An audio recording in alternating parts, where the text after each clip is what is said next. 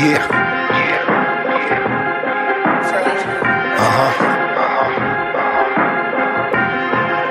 Look, invitation sent, sign seal delivered, you got it, now welcome in. Engaging with the listener, a space for where you is. As we debate particulars, trying to build a bridge through conversation that's intimate. The mission is thought-provoking with words spoken. Bitter truth, not sugar-coated, just an openness, place on display. Wisdom in the words that he say, a part of just embracing every gray over here. No fear, clear, I'm unafraid. I'm much older, I no longer hold a child ways. Adults in the room, times past for playing games. Grown talk, isn't that the reason why you came? Simple and plain, delivery raw, straight to the chase. Better than before, learning from your yesterdays. Introducing insight, influence, be amazed by a brother of a certain age. Now rock with him.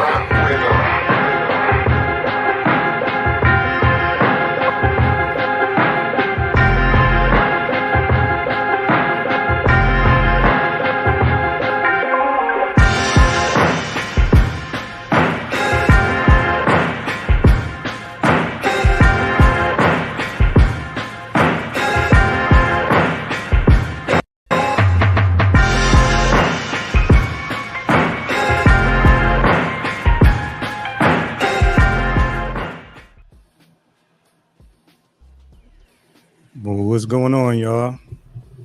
First of all, can you hear me? Can you hear me? Give me a sound check. Make sure y'all can hear me. Do I need to turn my mic up? The music too loud? Let me know it's good.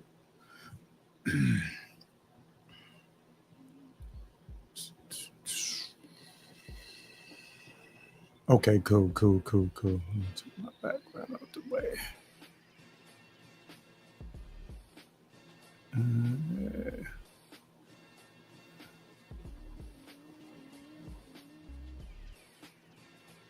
What's that? Okay, yeah, that's better. That's better. There you go. Chop it up with y'all for a little bit. Waiting for Riggs to come in. Big Riggs gonna come in. We're gonna chop it up. I'm gonna let's see here.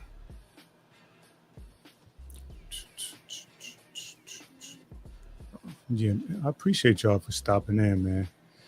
You know, what's this? Okay, there it is. Copy.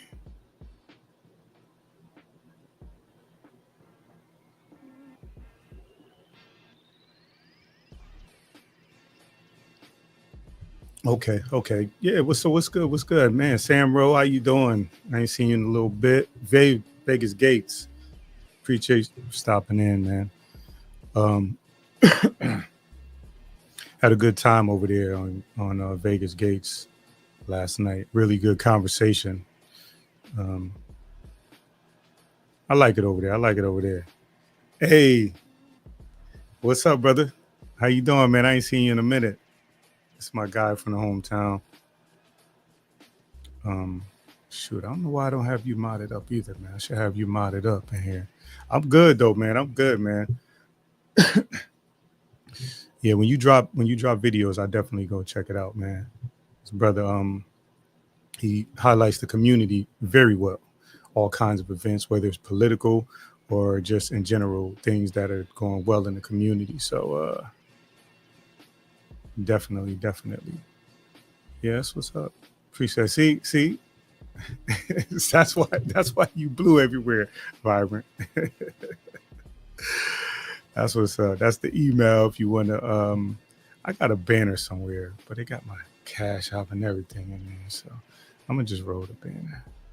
Let's see if it comes. Okay, yeah, there you go. So that way, if you want to collab or you got any ideas you think it's in my lane, I like to talk about everything. But if you feel like this is in his lane, definitely. Where's your baby? You looking for big rigs? You looking for big rigs? He told me he said it'd be about 10 minutes late. He gonna be about 10 minutes late. Carrie, look at you all blue and stuff. Now, make sure you take care of that. Yeah, man, it's been a minute, man. Like I really appreciate what you do for the community out here. If you outside of Connecticut or the tri-state area, you might not. Um, the importance of what you do may not make sense, but to have somebody that from this community, from this city, that is, continuing to highlight the positives when you know there is a lot of negative associated with Bridgeport. So to have somebody making sure the positive gets and you know what? Let me not even say you when you have because you had like a political figure on. You did a live. It's a while ago. I wish you would do more lives. I know how you feel about certain things, but I wish you would do more lives, especially when it comes to the local political stuff, because there's a lot going on right now. A lot going on, but that's you in your lane. So you know what I'm saying. Just a little nudge, just a little nudge. Um, but I appreciate what you do, man. I appreciate what you do. So yeah, we're gonna like I said, we're gonna me and Riggs gonna chop it up for a little bit, and then I'll open the panel for a little bit. We had a really good discussion about hip hop over on his channel. Actually, Tiz had got uh, a chance to hop up on the panel. Tiz and Last Call hopped up on the panel for a little bit as well. Um, so when we do open the panel. If y'all up, I know it's a Thursday. It's not Friday per se, but this is actually like because my schedule is 4 on and 2 off. My days off, like this is my Saturday, so to speak. Um, so I know it's just I did this late. I wanted to make sure Riggs could get there. To 12:48. You really close. You don't know how close you are to where I'm at. Hey, yo, podcast. Hey, yo, Jannar, you see this? That's crazy how close you are to where I'm at. Oh man, yeah, man. With scheduling, I've been able to hop on y'all joints on my days off. I try, like, if I see that y'all live and I'm off, I usually just go and go over there and mess with y'all. You know what I'm saying? So, and that's why and it's the same time, and y'all conversations are so interesting that I like to join there, and. But yeah, I got some more stuff coming. I got stuff in the works too. Um, we're supposed to be doing a couple of things. You know what else I'm doing too for all those boxing fans? If you like boxing, now I'm gonna be streaming the night of the Crawford Canelo fight. I'm gonna be watching it and commenting on it. Obviously, I can't show it on YouTube, but I will be commenting on it. I'm hoping to get unadulterated truth and grown man 365 boxing fans. Anybody else, if you're a boxing fan, you'll be welcome to get on link if you get in a fight and you want to comment on round by round. Yeah, you've been working. You definitely been going hard. So, but it's just timing for me. You know what I'm saying? It's just timing. If I could get the days off to coincide with not having things to do, you know what I'm saying, outside of YouTube, then I would love to do more YouTube. It's just I really, really, really have a difficult time with the timing. And then when I do get a night off, I'm like, and somebody else is live, I'm like, good. I'm just go in there and chop it up with them, bug them in their chat. Okay. Yeah, good. No, I'm saying if you are you getting a fight, Tiz? If you get in a fight, come up and we could, as the rounds going by, because it'd be good to have people just talking as the rounds go by and what they think about round for round, and then score it, and then see if we link up with the actual scorecard. So I didn't post the link. I mean, I didn't put the thumbnail up and schedule the live yet, but that's definitely what I'm doing. Unless they cancel the fight, I'm definitely going to be doing that. Oh, excuse me.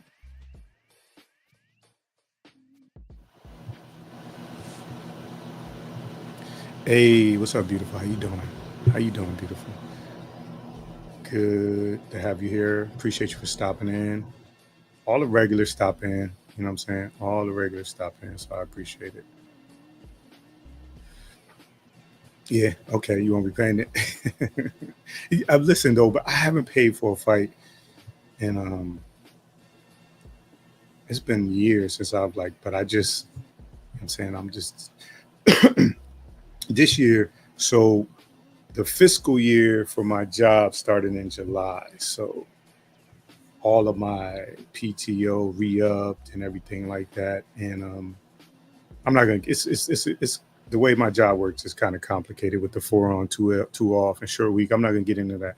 But I was using my vacation days not for things that I wanted to do. I was basically I was giving them back to my department the way I was using them. So this year, I said this fiscal year and from here on out, I'm gonna work the hours that I'm supposed to work and then take more time for myself and do things that I want to do.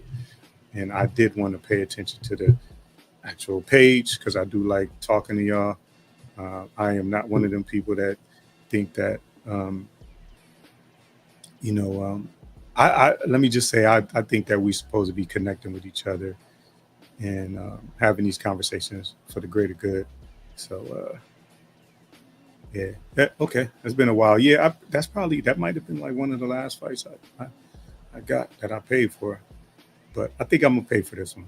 It's been a while. It's a treat for myself, and like I said, I'm a stream. So this is big right here. And we get in these deep conversations about that, about mental health and looking out for each other and looking out for ourselves as brothers. We get in a lot of that on your channel and on Last Call's channel, but more specifically on your channel, because you've been really, really open and honest and transparent. And, you know, I appreciate you for that. Oh, man. My guy right here, man. What's good? What's good? What's good, Rilla? Great con job. Listen, maybe I didn't know what the conversation was going to be. Last night I was over at GK's uh, panel, and we was talking about hip hop as well. We got into a little bit, and I told him, hey man, I'm doing something tomorrow, so I ain't really want to go too crazy with it. But there was somebody on there that wasn't messing with Wu-Tang and Raekwon.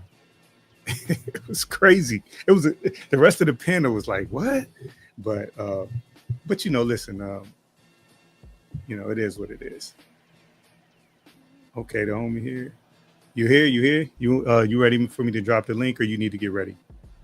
I'm gonna drop the link. It's gonna be for Big Rigs for a few, and then I'll open up the panel later if we have time.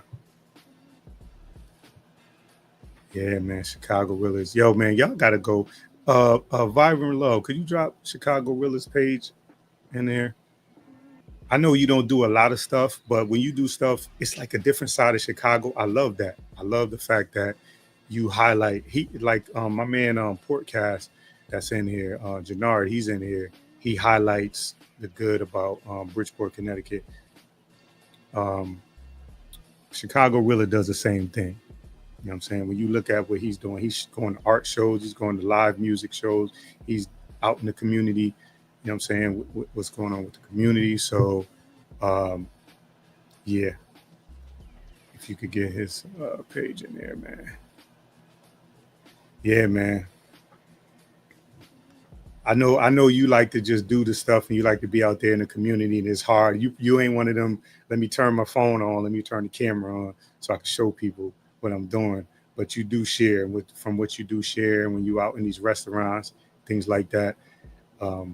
Just something simple as that. Like when we hear about Chicago, people outside of Chicago, if we really being honest, you don't hear about people talking about, I'm going to go sit in this restaurant, I'm going to go look at this artwork. That's not what the overall thing about Chicago is out there. So definitely check out Chicago Really. Yeah, no, I appreciate you, bro. Do your thing.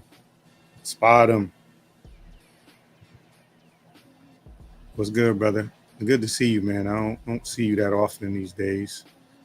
And you haven't done 11:37 live in a long time. So looking forward to that. Are you getting back into a spot, or are you just kind of sitting on the sideline? What's going on with you, bro? Always appreciate you, Triggs. Always appreciate you, Triggs. I see you got something going on Saturday, so I'll be tuned in. I'll be at work. I think I'm doing a double that day, but I will be tuned in for sure. That's my guy right there, Triggs. Fuck with Triggs. Yes, sir. Yes, sir. CLM, come in with the critical eye. You know what I'm saying? Always got that critical eye on what we talking about. So I appreciate that. Makes you think. Makes you, I like that. Oh, you did that? I appreciate you, Carrie. And Vibrant Love, appreciate you. Yeah. And Carrie, sometimes I get carried away. Is from Chicago as well. She's in Georgia now, but she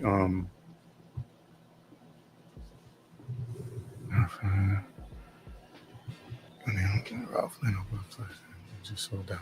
All right, I got to get into that. Are you doing something? Are you doing something live? Are you going to talk about it, or you just you have, you know what I'm saying? Well, we'll get into that. All right, you ready? You ready? Let me drop the link. This is for Big Rigs. And let's see.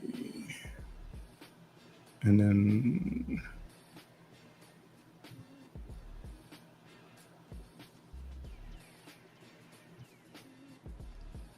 is the music too loud? I'll turn it down if it's too loud. I want to make sure that, you know, it's not over the music not too loud, drowning out our voice. I do like to put a little bit of low music on.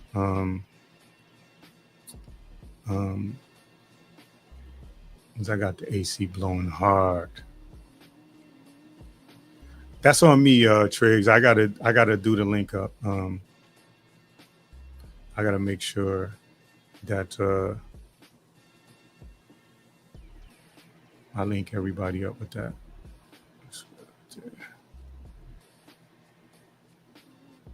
Hear the music in there. Okay, cool. But you can, as long as my voice is over there, as long as our voices is over, then we good. All right, Big Rigs is here. Riggs, what's good, man? Yeah. What it do? Yeah, that circle good right there? Yeah, that's perfect. Okay. How you doing, man? Doing great, man. How you doing? I'm doing good, man. How Riggs sound? He sound good in my ear, but how's the chat? Could y'all hear him good? Okay, super clear. Okay, perfect. Shout out to the chat. What it do, Triggs? What it do, Vibrant? Shout out to everybody. Yeah, I got a couple of people from your neck of the woods that came over. Bobby was on your neck. Bobby. Okay. Shout out to Bobby, man. She got the assignment. Okay. She's like, where my baby at? Where he at? Y'all wild. I said, yo, he said he gonna be a couple of minutes late. So right. That's what's up. But what's up with a treat? Yeah, man. You familiar with everybody that's gonna be here pretty much because you be at the same places I be in particular. So you're gonna be familiar with the people, and they're gonna be familiar with you for real. That's what's up. What's going on, man? How was your day today? It was good, man. Just, you know, it's a little hot out here, but you know, it was good. What it do, the real king? Yep. For y'all don't know, Riggs is in the Bay Area. What part of the Bay Area is there? For clarity, like, because you know, for us that it's not from. I'm from the South Bay area, so I'm more in the South area of the Bay. So, right. And I was telling everybody we had started a real good conversation about hip hop over on your channel, spearheaded by you. So you know what I'm saying. It's only right that we do a little bit over here, off top. And connect you with some of the people over here that may quite possibly not know you, but I think let's get to know each other. You know what I'm saying? I think they do. I think they know you. All right, cool. All right, so we was I know we talked about hip hop. We talked about the MCs a lot. Let's get into the DJs a little bit because that's.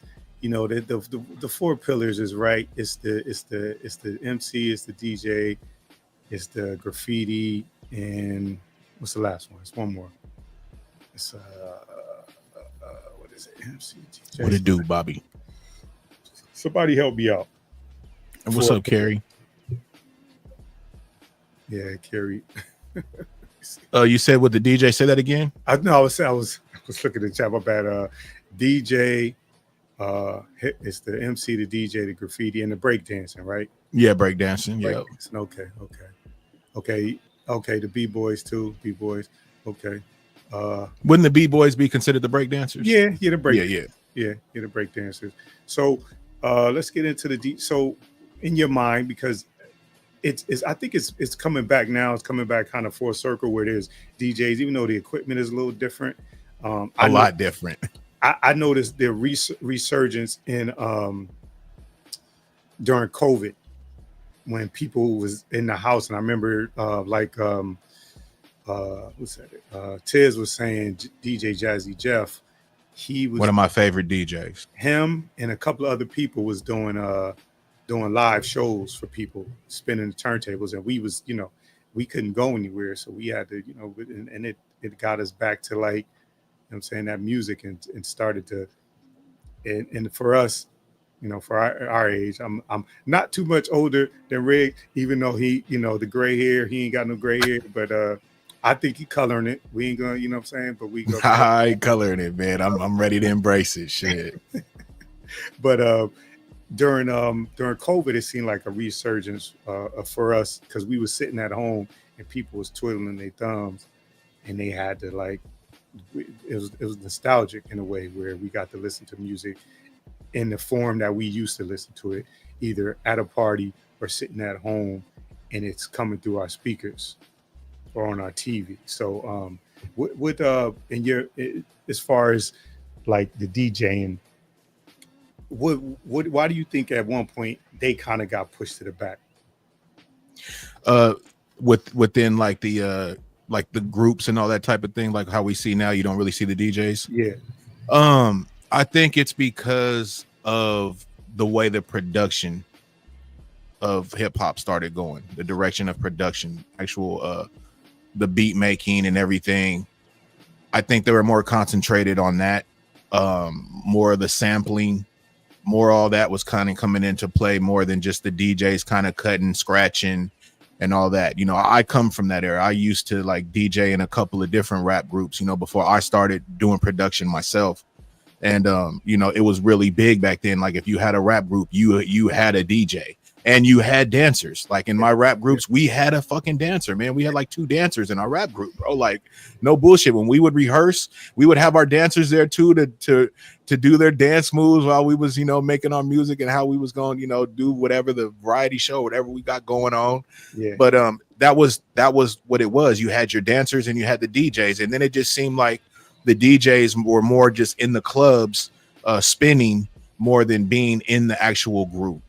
Right. And the rappers would they even like I want to say almost all the albums had a tribute, a song just about the DJ where they let the DJ just do his thing. Every album. And yeah. Like I said, I used to DJ, so I remember all of that. You know what I'm saying? Like Rodney and Joe Cooley, they always did that. You know what I'm saying? 2 Live Crew, they did that for Mr. Mix. Yeah. Like a lot of the fucking groups would always, let their DJ have a song to just go off. Yeah. And the DJ, and that's the thing. The DJ was because early on MCing was kind of there wasn't a lot of like it was just kind of like the lyrics and the DJ when it's time for the breakbeat.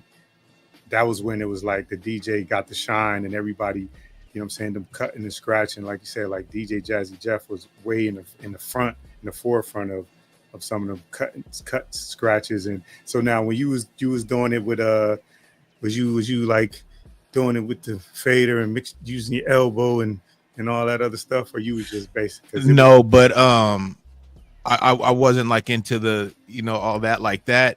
But I was really in like I said, DJ Jazzy Jeff was one of my favorite DJs. He's the one that started the transforming. I loved transforming. Like I just loved that sound when DJs would cut and they would start transforming the how they would cut or whatever. He was like the innovator of that shit. And DJ Jazzy Jeff was just a dope scratcher, and that's what I was into. I was into scratching. Like that was my main thing. I love to scratch, fast, slow, you know what I'm saying? Like I was really into that and transforming and stuff like that. That was my thing. I love to scratch. So if I'm DJing or whatever, as the song's playing, I'm scratching like a motherfucker. You know what I'm saying? Yeah. And then I'll bring in the next song, and then I'll probably scratch. I always had a lot of acapella. I would buy a lot of singles for the acapellas because then you get the instrumental and you also get the just the vocal. And I would just scratch the hell out of the vocal. So yeah, I was more into that than to using your feet and arms and everything like that. But that shit was dope. Like out here we had DJ Qbert. I don't know if you're familiar with him, but he was a he's a beast, and he's from San Francisco, and he won a lot of competitions. Like he's pretty much the best, you know what I'm saying, out here, as I would say.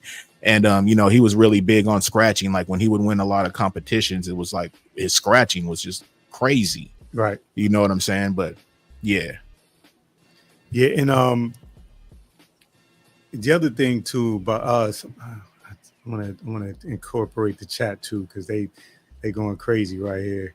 I think you picked a good topic, bro. Chicago Rilla, that's it. Hey, you know, one thing about Rilla, man, you know, I used to see Rilla back in the day, you know, the Lapeef and all that era, you know what I'm saying? Yeah. And he just surprised me, just kind of like on his music game. He always, you know, gave the Bay a lot of respect. You know what I'm saying? I don't know if he even knew I was from the Bay back in the day, but like I always noticed that about him. You know what I'm saying? He always gave it a lot of, you know, respect. And just to see him, you know, bring up the DJ Cuber, like hey, really, he well-rounded in this music well, shit. That's the thing, though. See, yo, listen, that's the thing about, like, so this is just a quick little side rant. That's the thing about when we be in these sectors and the stuff that goes on, it's fun and, you know, it's entertaining, but it's so much more. When you talk about, like, I know Chicago Rilla from like Lapeef and Anton Daniels and all those a Fight Club, all that stuff. So all that, but the opportunity to talk about these things and the opportunity to share these things wasn't what they was on. That it wasn't the type of time they was on. So I just subbed to him because I was interested in his perspective. You know what I'm saying? Sometimes it'd be like loud, crazy, and then a voice of reason, and I'm like, oh, let me go look at his page, let me go sub to this guy. And so you never know about somebody, you don't find out a lot about somebody if the topics that we talk about don't allow you to. Absolutely. I'm saying, so that's what he is, but that's how I know Real is probably like, come on, man, I'm just in here to chat. But yeah, man, we just but he going crazy in the chat too. Look out, he naming off everything. Boy, we gotta read this backwards. No, listen, I know y'all. You know, I know what it is. I'm just saying. Oh, that's how he feel. I just seen that. I didn't even trip. Yeah. I see my man Slick. I see you in the back. We just gonna rock a little bit, and then I'm gonna bring you up if you wanna. Are you good to hang for a little bit, Slick? Just let me know. I can see you in the back. What's going on, Dan? My opinion. Yeah, we gonna Slick, we gonna chill for a little bit and then I'll bring you up. But I got somebody from G Gates. We was having that conversation too, man. Good perspective too. What's good, Pete? Yeah, we gotta do a reggae show because P's on it with the reggae as well. But shit, y'all gonna have me smoking hella tree and shit. You do that. Talking about Bomba Club. I can't comment on that. I'll just this is my vice. No comment on that. Dig it. I'm on water today. Hey, it got wild yesterday. Just real brief, man. You know, I had people over, you know, yesterday, man, and I don't think y'all heard it, but they was doing karaoke and all kind of shit. You know what I'm saying, in the living room, and you know that alcohol, you know, that there was some hard alcohol out there. I was just drinking on some Modelo's, but you know they had Tito's, and all kind of shit out there. You know what I'm saying? So I go out there, man. They done fucked around and got to acting ignorant and shit, man. It was a cold night, boy. I was like, God damn, wasn't expecting that shit, man. You know what I'm saying? You know how that shit goes. Summertime, boys. Summertime. That heat and alcohol don't mix, man. You kidding, man? The heat, the alcohol, and then the fireworks as well. You got it. You ain't getting no sleep, and there's always something going on. Man. Somebody left a comment. I wonder.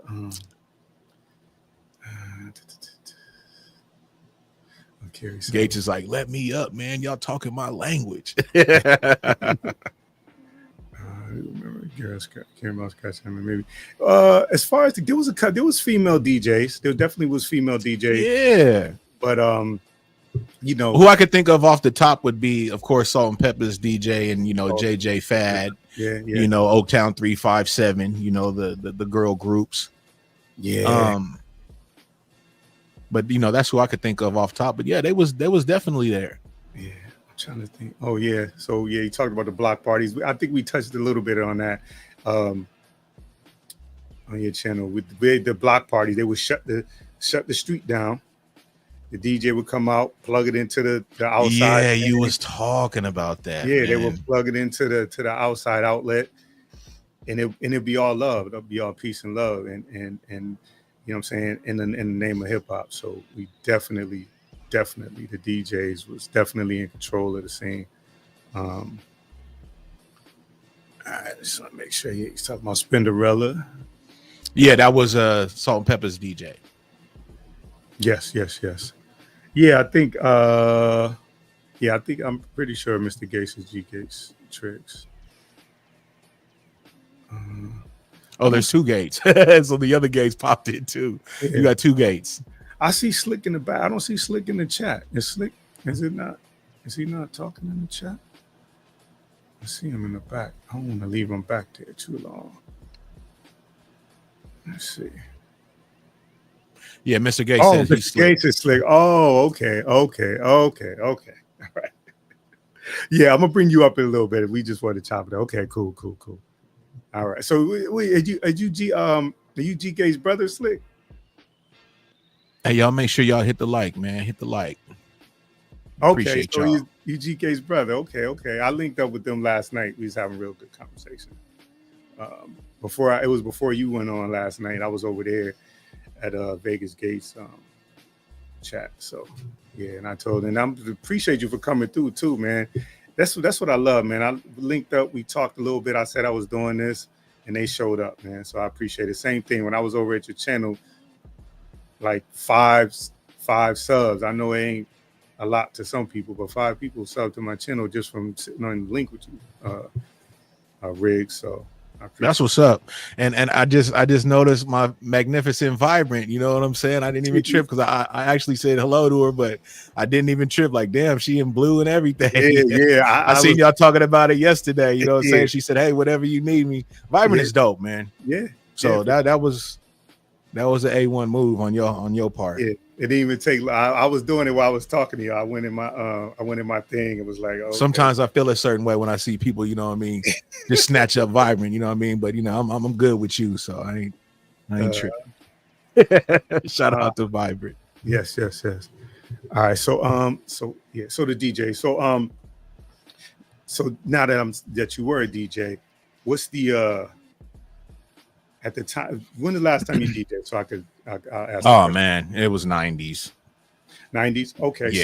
So in the 90s, I know you had a set. I know you went in and you had things that you was gonna do. But in the 90s, let's say I wouldn't even go a year because there's so many songs. That's the other thing too. The 90s was rich with hip hop, hella music, R&B, hella music. It was so much stuff on the radio that it was rich with it. But party starter and something to shut down the party in the 90s for you.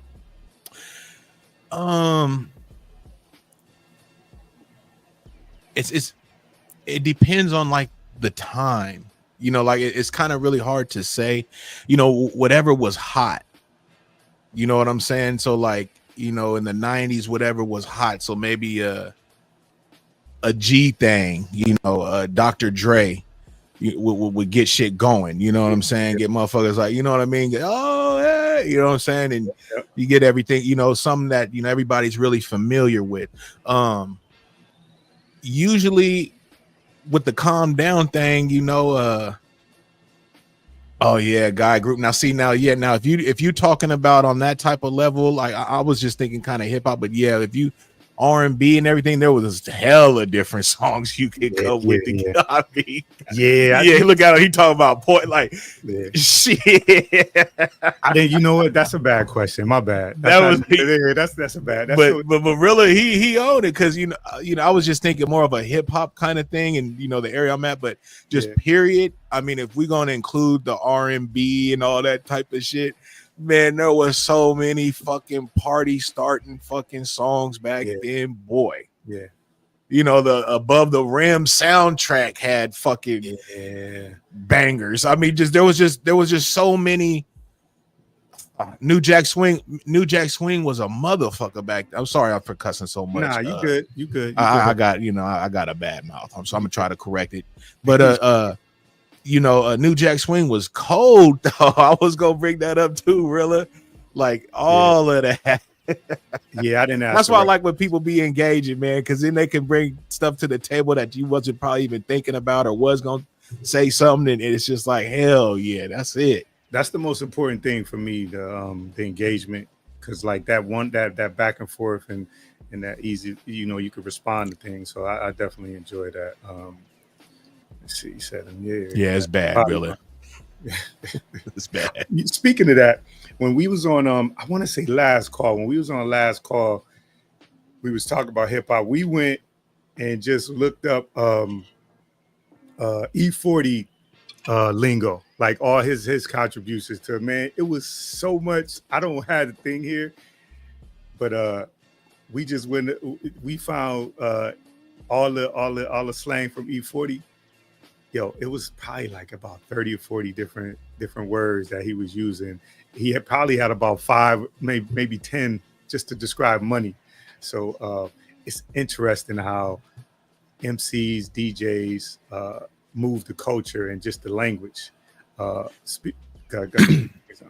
E40 definitely had a lot of words and slang, but in the Bay, in all the areas, you're gonna find a lot of slang. I mean, 40, he represents Vallejo. Mac Dre represents Vallejo. Mac Dre. 2 different slangs. You listen to E40 and they peoples and how they talk, and then you listen to Mac Dre and they peoples and how they talk, completely different. Right. You know what I'm saying? So like, just the Bay itself is there's so much slang and lingo out here, it's ridiculous. Yeah. I have my own shit that, you know what I mean? Like it's ridiculous. That's just what it is, Motherfuckers just kind of pop their, ish, and sometimes fast talk, whatever, you know what I'm saying? And sometimes things be sounding real cool, and you just get to, yeah. But you gotta, like, in order to make it cool, you know what I'm saying, it has to be something there. Like you can't, because right. If you just saying stuff and people ain't gonna catch on to it, or you ain't gonna go nowhere, but it has to be a way to make it cool. I think that's one of the things that that hip hop has made really going crazy. Yeah. Now, like I said, you picked a good ass topic, man. All right, anything you want to touch on? Let me see. Check real quick. Get that down, man. All right, so for us, over here in the East Coast, I mentioned like Fridays and Saturdays was the only time in the early stages, was the only time that we could hear hip hop on the radio. This Friday night was DJ Red Alert, and Saturday night was Chuck Chill Out.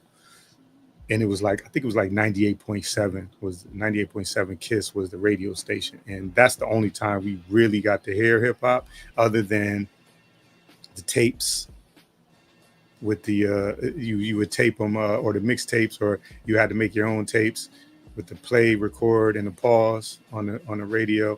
And you had to tape just from the radio. So we didn't get, so a lot of it outside of the radio was those, like I was talking about earlier, those block parties or the skating rinks too. Was skating rinks big back then? Very big. So the skating rinks, house parties, and the block parties was really where we got our music, where we got our fix for the music, and then sometimes the live concerts. So do you think, what do you think about the competition in hip hop and the difference between just like a healthy competition and a beef? I know, like, once it gets to the streets, it's more beef. Do you think it's still healthy to even do that now? No. Right. Absolutely not. because there's a lot of ego. There's a lot of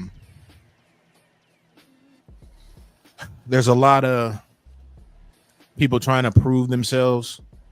So let's say you do get into like a little rap beef or whatever. You say some things, they say some things. Say you say some things as like kind of leading maybe some type of violence or something, like I'll smack you or whatever. You know what I mean? Yeah. Instead of just kind of keeping it hella rap, now you kind of talking about putting hands or whatever, right?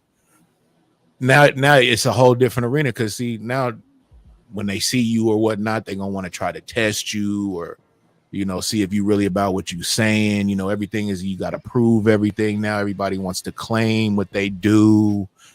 And hip hop is a main part of that. You know what I'm saying? Like people are snitching on themselves, telling on themselves. Like it's a cold game right now. So from back then, how the beefing and all that, like who was it? Was it like Dougie Fresh and who was it? The ones that wore it was like Bally's and somebody else. I remember that old school video. Bally was shooting at him. But like back then, that's how the beef was. You know what I'm saying? But now you try to beef with somebody now, it's gonna end in all bad. Yeah. So hell no, not at all.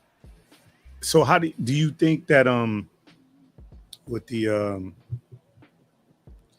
Kendrick and Drake situation, even though at this point it's just lyrical, do you think any of the stuff crossed the line to where you would, if you were in somebody's ear, you was in one of these guys' ears and they said they ran these ideas by you, you think you would say I wouldn't put that out, or you like, oh, this is good, it's good for the culture, it ain't, like, was there anything that you heard on between these guys that you wouldn't put out? Absolutely, man. They was out of pocket. When you start saying certain things and putting certain jackets on people, that's bad. And even though they beef is whatever it was getting bad. You had like people like DJ Academics, kind of getting involved in it, getting into it with, people from TDE. That dude, what's his name from Back on Fig? I can't think of his name right now, but they had like, all kind of different situations, people like, wanting to stick up for people or, just like I rock with them. It just gets bad. It don't even got to be the actual rappers, that are beefing. It can be the camps. It's like that ego thing. You know what I'm saying? Everybody wants, well, shit, you said it. Let's prove your gangster. Yeah. Yeah, I think it's the camps. A lot of times it's the camps. It's the dudes that's, kind of there and trying to either prove themselves or fans too. Because a lot of the fans is riding for these guys. And I don't know that the artist actually wants that. I think they want to express themselves and win the battle, quote unquote. But I don't know that they want their fans, like, there's brothers fans going after Riggs when you at the mall and trying to chase you down and stuff like that. And so I think it's like it's always been a delicate dance of you say certain things and people outside of your control or outside of your reach might take that and go too far. But it just seems like a weird time now where people are really, really bold with, whether it's attacking people or going to people's homes or stuff like that. So it seems like a dangerous time to be battling. I'm not in these people's camps, right? Because you kind of asked a question about is there some things like if you was around, would you be like, hey, I don't think that's a good move, or you know how you said that, right? I think how everybody kind of be moving nowadays, just from the outside looking in, everything is it's content. Everything is content. Right. So like, if you saying something and it seems like it may get a buzz or get people to be like, oh, everybody's all for it. Right. And that's crazy. Like me, I ain't on that. If it was me and I was in the camp, I'd be like, bro, I don't think that's the move, bro. Right. Certain lyrics or whatever you said and all this, I don't think that's the move, bro. Like, you can say some other clever things and all that to, get at bro or whatever, but just going all wild and everything like that, because now you opening up a door for him to kind of go wild and say something to you. Somebody ain't gonna end up catching feelings. and it's just gonna be bad. And again, if it ain't the rappers, it's gonna be somebody from they camp thinking, hey, bro, we can't have this dude disrespecting and like it's all sweet. It just gets really bad. Yeah. Do you think that so how would you temper that as far as, because the nature of like hip hop is one of the main things was battling it. Like how do you actually temper that, especially if somebody takes a shot, whether it's be subliminal or a direct shot at you? How do you temper that? If I don't really know how to answer that, because the way things are now, I can't put this new way of beefing in the same category as like the old school way of beefing and somebody saying something, at a term, out of pocket to you, because the way music is made now is people hit the juggler. When they come off and say something, they saying something to get a reaction. It ain't just being funny and woo, or whatever. Like they trying to like kind of, get something cracking, you know what I mean? So yeah, it's really different. And I wouldn't know how to answer that, to be honest with you, because, just the way people are nowadays and the way they be just really just on a hype, they get very, very disrespectful. Yeah, that's the thing, where it's no real line these days. It's just people just going over the line. I'm gonna I gotta get me some more water. My mouth is dry. I'm gonna bring up Slick, and then I'm gonna just bring him up, and then we'll let y'all rock out. If you can you play a little song real quick? I'm gonna go in avatar mode so I can just get myself right real quick. Yeah, I just turn the music up a little bit. Okay, for sure. Hey, I appreciate all y'all being here, man. You know what I'm saying? Shout out to everybody in the chat. Shout out to the replay gang. We appreciate all the engagement y'all give us, man. Keep it going. Appreciate y'all. All right. Let me put a little music. I'll turn it up a little louder.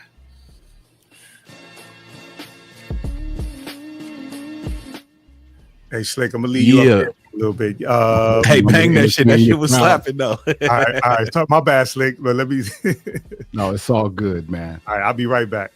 Right on. What's up, chat? I'll wait for you, man. I'm gonna mute my thing right now.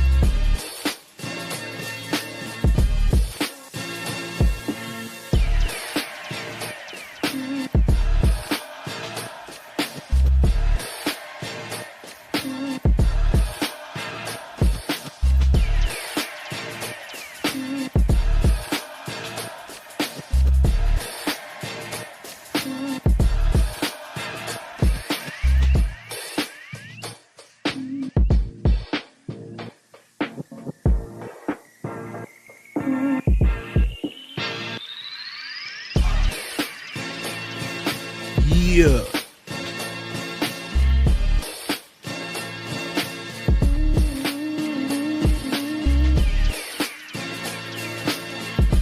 Hey, don't worry about that, Bobby. You feel me? I stay lit. Ain't nobody finna quit. I stay lit.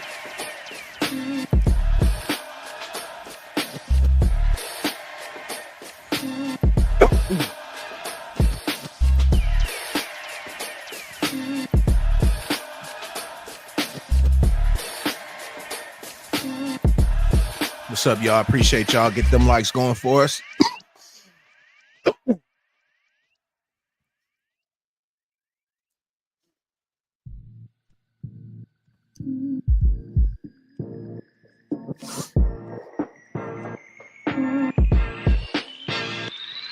Yeah, it is vibing.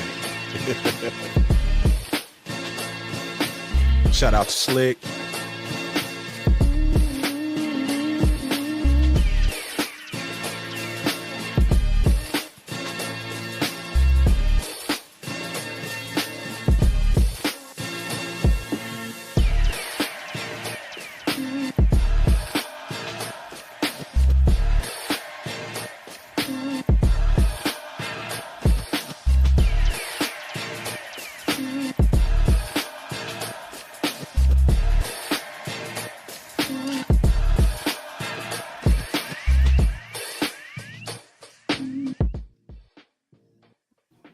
All right, I'm back.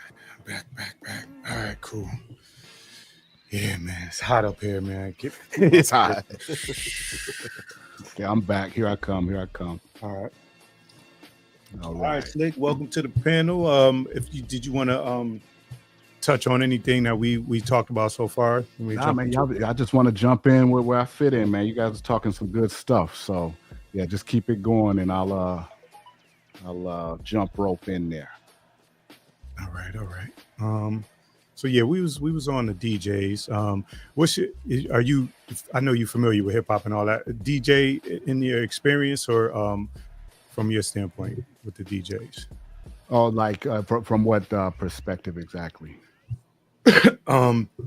Well, your experience in how the DJs made you feel, how important you felt they were, and then that area that there was a time where they kind of got phased out a little bit, and people didn't really talk about them. It came more about the producers. Yeah. I think, when you go back to, hip hop starts with the DJ. Like rappers were basically hype men for the DJ, right? B-boys were just the participants at the party, right? I think Dr. Dre is what changed it, honestly, because he was a DJ, but he was also a producer. And if you look at his formula, Dr. Dre has a formula that he does with all of his artists, and he's been doing this since the 1980s. Just a lot of people don't catch on.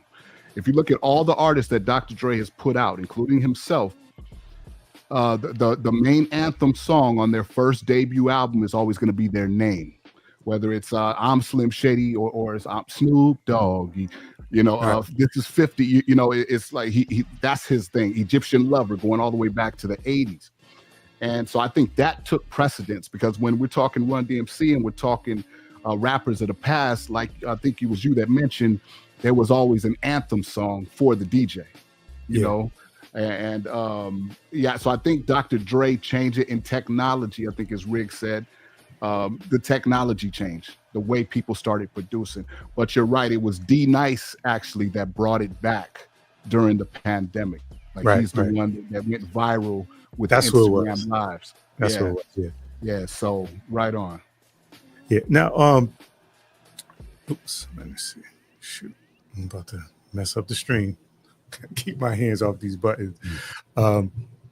So the let me turn this down. Sorry. I don't know if it's loud in your ear like it is in mine, but no, I could barely hear it on my end. Oh, okay. So you know what? I think it's just my my headphones. I got my headphones volume turned up, so it sounds loud as hell. So I'm gonna kind of touch on some of the questions me and Riggs was talking about. So as far as the battle rap and how the nature of hip hop is that there's been legendary battles since the beginning of time, and there was obviously a change. You feel like it's like the entourages, the fans, like what you feel like the change was where you can't, like, it's really not safe to beef like that now or battle on the mic? Well, the thing I think is because we're in the age of drill. Drill is like, when we were growing up, gangster rappers, we kind of knew that they wasn't really out there doing that. It was an act, or it was but now with drill and with this culture of there's rappers I've never heard of that have millions of views on YouTube, and then I go to the comments and they're beefing with somebody who lives right across the street. Then I go to the comments and these kids are into it, and so it kind of drives it, because these are real gangbangers, these are real killers, who don't have the same sense of value of life that we may have had back in the 90s, or the late 80s and whatnot. So I think it's that. And I think Riggs said it's so disrespectful now. You know what I mean? I mean, the most disrespectful thing in hip hop before this was probably LL telling Ice-T, I took your album cover straight to the bathroom. Yeah. He was like, what? But now, I mean, and as far as the Drake and Kendrick beef, Drake started that. he has to take that. He was taunting Kendrick, and Kendrick just played a chess move, and I really don't think that beef would go too far outside of the entourages, because both of those dudes have too much to lose. Right. You dig what I'm saying? But as you guys mentioned, you can't control your fans. You can't always control the cats that's in your crew. Yeah. So Chat Lives Matter talked about this, removing music from battle rap. I think that was a turning point. What do you think about that? now when he says they removed the music from battle rap, I need him to elaborate. So like now with the battle rap, now it's no music. They just microphones, and they I think he probably referring to like the underground, more the underground. Well, it's not underground now because it's monetized, and this is definitely a big deal. They got battle rap leagues and stuff like that. Yeah. Well, I think when you're talking like battle rap, battle rap that's just a sport. That's always been a part of hip hop. Whether it was b-boys going at it, DJs going at it, graffiti artists going at it, it's all about competition. It's iron sharpening iron. I think the issue now, like I said, it's gang related. It's not even gang. It's not Bloods and Crips. It's more like cliques. You know what I'm saying? And sometimes these cliques live two streets over from one another, right? And it's deadly. And so, but as far as like a battle rap, we don't want to get that mixed up with like the battle, just the sport of a verbal joust, right? Because that's still fun. That's very disrespectful too, but it's a lot less personal, because when you're Drake, like that, I have to say this Kendrick versus Drake beef, this is the worst outcome for a rapper I've ever seen in battle rap history. I've never seen anybody get destroyed to this level. And it got to the Super Bowl, like, then gets the Super Bowl. It was like, yo, this dude just keeps winning, man. You should have left him alone. And he's got LA on his back. And you don't want beef with LA. You don't want beef with California, period. Yeah. Not in hip hop. And so, yeah, that hurt him. Yeah, I was gonna say that's what's interesting. Like the West Coast, like they when there's an artist, the whole West Coast jump on their back. Absolutely. And they have the whole West Coast. I don't know that this maybe the South a little bit, but I don't even think it's that way with the South. Is that I don't think there's any other dynamic like the West Coast, the music and the culture, and how they get on they support their artists. Yeah, California is just so big. It's so big, but as you guys were talking about earlier, you got the Bay Area. You can be an artist and only sell units in the Bay Area, and you be good for the rest of your life. That's how many people are there, and that's what the support base is. But when you got like somebody like Tupac or Snoop, who's got from LA to the Bay, like you got that whole thing on your back. That's a massive state. So yeah. Let me see what Chat Lives Matter before I go on. Rap is about rhythm. Rhythm is about collecting symmetry, moving the rhythm. Things like Miles, start cool jazz, only breakfast. And Chat Lives Matter is a musician, by the way. Oh, right on. Get a chance to check out his content. He actually, I don't know if he hasn't done it in a while, but he actually was like, when he does his lives as well, he talks about music in a way that you could tell he's a musician. So right on. Chat Lives, I'm gonna check you out. I too make music. Yeah. All right, so what else? I'm gonna go back to what we talked. I just want to get you. I was looking at you. I'm like, yo, I know he can contribute to the stuff we talk about, but I can't. I don't want to leave him back there too much longer, man. Right on. Appreciate you for hanging out there. And so did you were you a musician? Were you breakdancing, MCing? Did you try your hand at all? Did you get in the studio? All of that. I don't think there's a hip hop fan alive that hasn't tried it. Yeah. You know what I'm saying? Like everybody. Yeah. But this is another example of how hip hop has evolved or devolved, if that's how you feel. Because back in the day, we would all try to rap, but we knew we weren't Rakim. We knew we weren't LL. We knew, you know what I'm saying? So there was this, but now the bar has lowered so much to the point where anybody can do it. So, you got a lot. You go to a concert, it's an arena packed with haters who think that they should be on stage. Right. Right. And so yeah, it's evolved into that. And honestly, man, I wouldn't even want to rap now. I wouldn't want to spend the money it's going to cost for security every time you leave the house. You know what I'm saying? Because even if you ain't on that, cats are going to want to test you. Yeah, especially when you out of town. You go somewhere and you're not, I mean, it's going to happen in your own place. Right. Especially when you go out of town and they want to see if they want to press you. Yeah. They want to be able to say, yo, I punked him when he came to my spot. I punked him. Yeah. And then they want you to check in. It's like, man, I'm not checking in. Come on, stop it. Yeah, I'm always confused by that whole checking in. But I don't know enough about it. Like, they say like certain politics. I'm like, okay, let me just let the people that know about it talk about it. But I never understood that. Well, I get it. If you are in that world, then absolutely you got to check in. You know what I'm saying? But if you're not, it's like, come on, man. That's why I never understood Chris Brown. I'm like, what you doing? You know what I'm saying? He's already up there. He decided he wanted to get down with the Damus. I was like, all right, but you might need that kind of protection if you're gonna live in LA. I don't care, even if you're living up in the hills. Right. You know what I'm saying? So yeah. What about like the if you was talking about DJs, the mixtape era? Oh man, I miss it. That's how things broke, was the mixtape. And just like with everything else, I think Chat Lives Matter might have said something in the chat. Once what was the website like in the mid 2000s? It was a website of mixtapes. You would go there, and it was like all that. Like if you were a new artist, you could break your tape on there.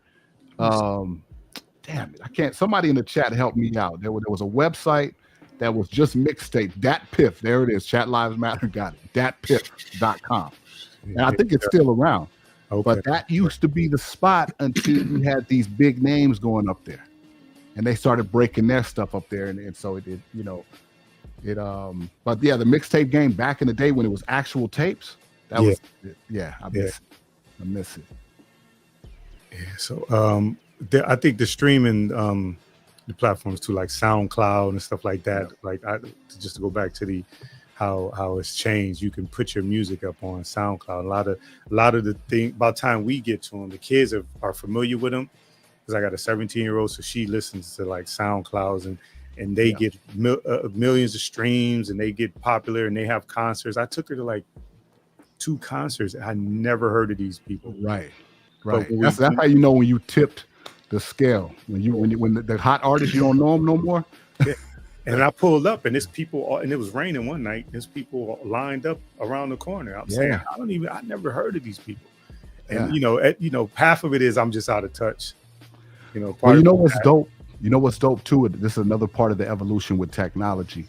Is now I think we live in the age of the micro celebrity, where you got your gatekeepers still, but you don't have to go to the gatekeepers. You can get big on SoundCloud. You can get big on YouTube. You can get big on Instagram, and you can have your own little fan base that keeps you sustained.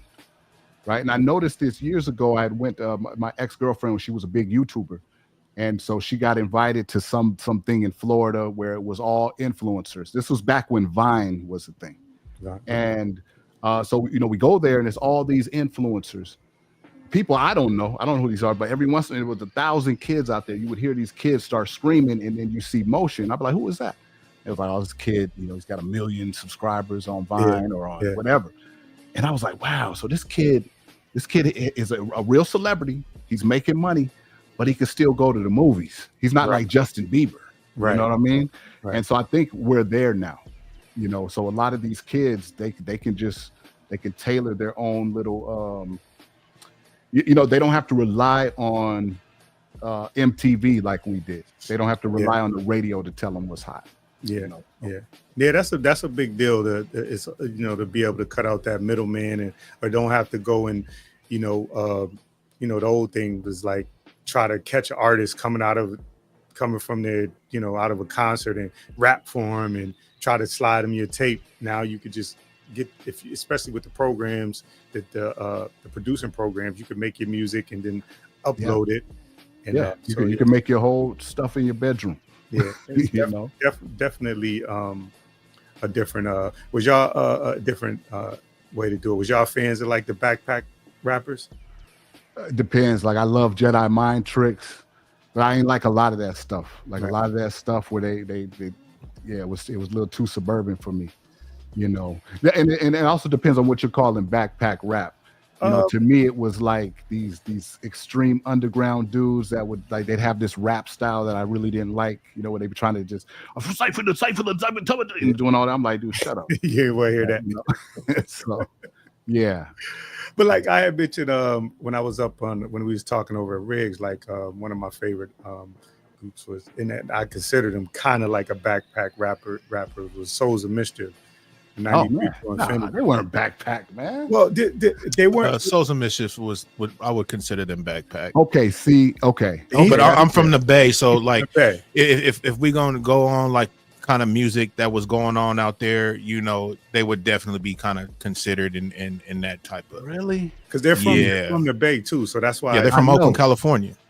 Yeah, see, I never considered them that. But I guess, yeah. So, Your what is- example that you gave with that's hardcore fucking I know. backpack. You know, I can't Yeah, stand but that I'm shit. talking about like those white kids that was Right. You know what I'm saying? That's Right. the ones. You know, I didn't want to bring that up, but Right. but I knew yeah, what you were yeah. saying.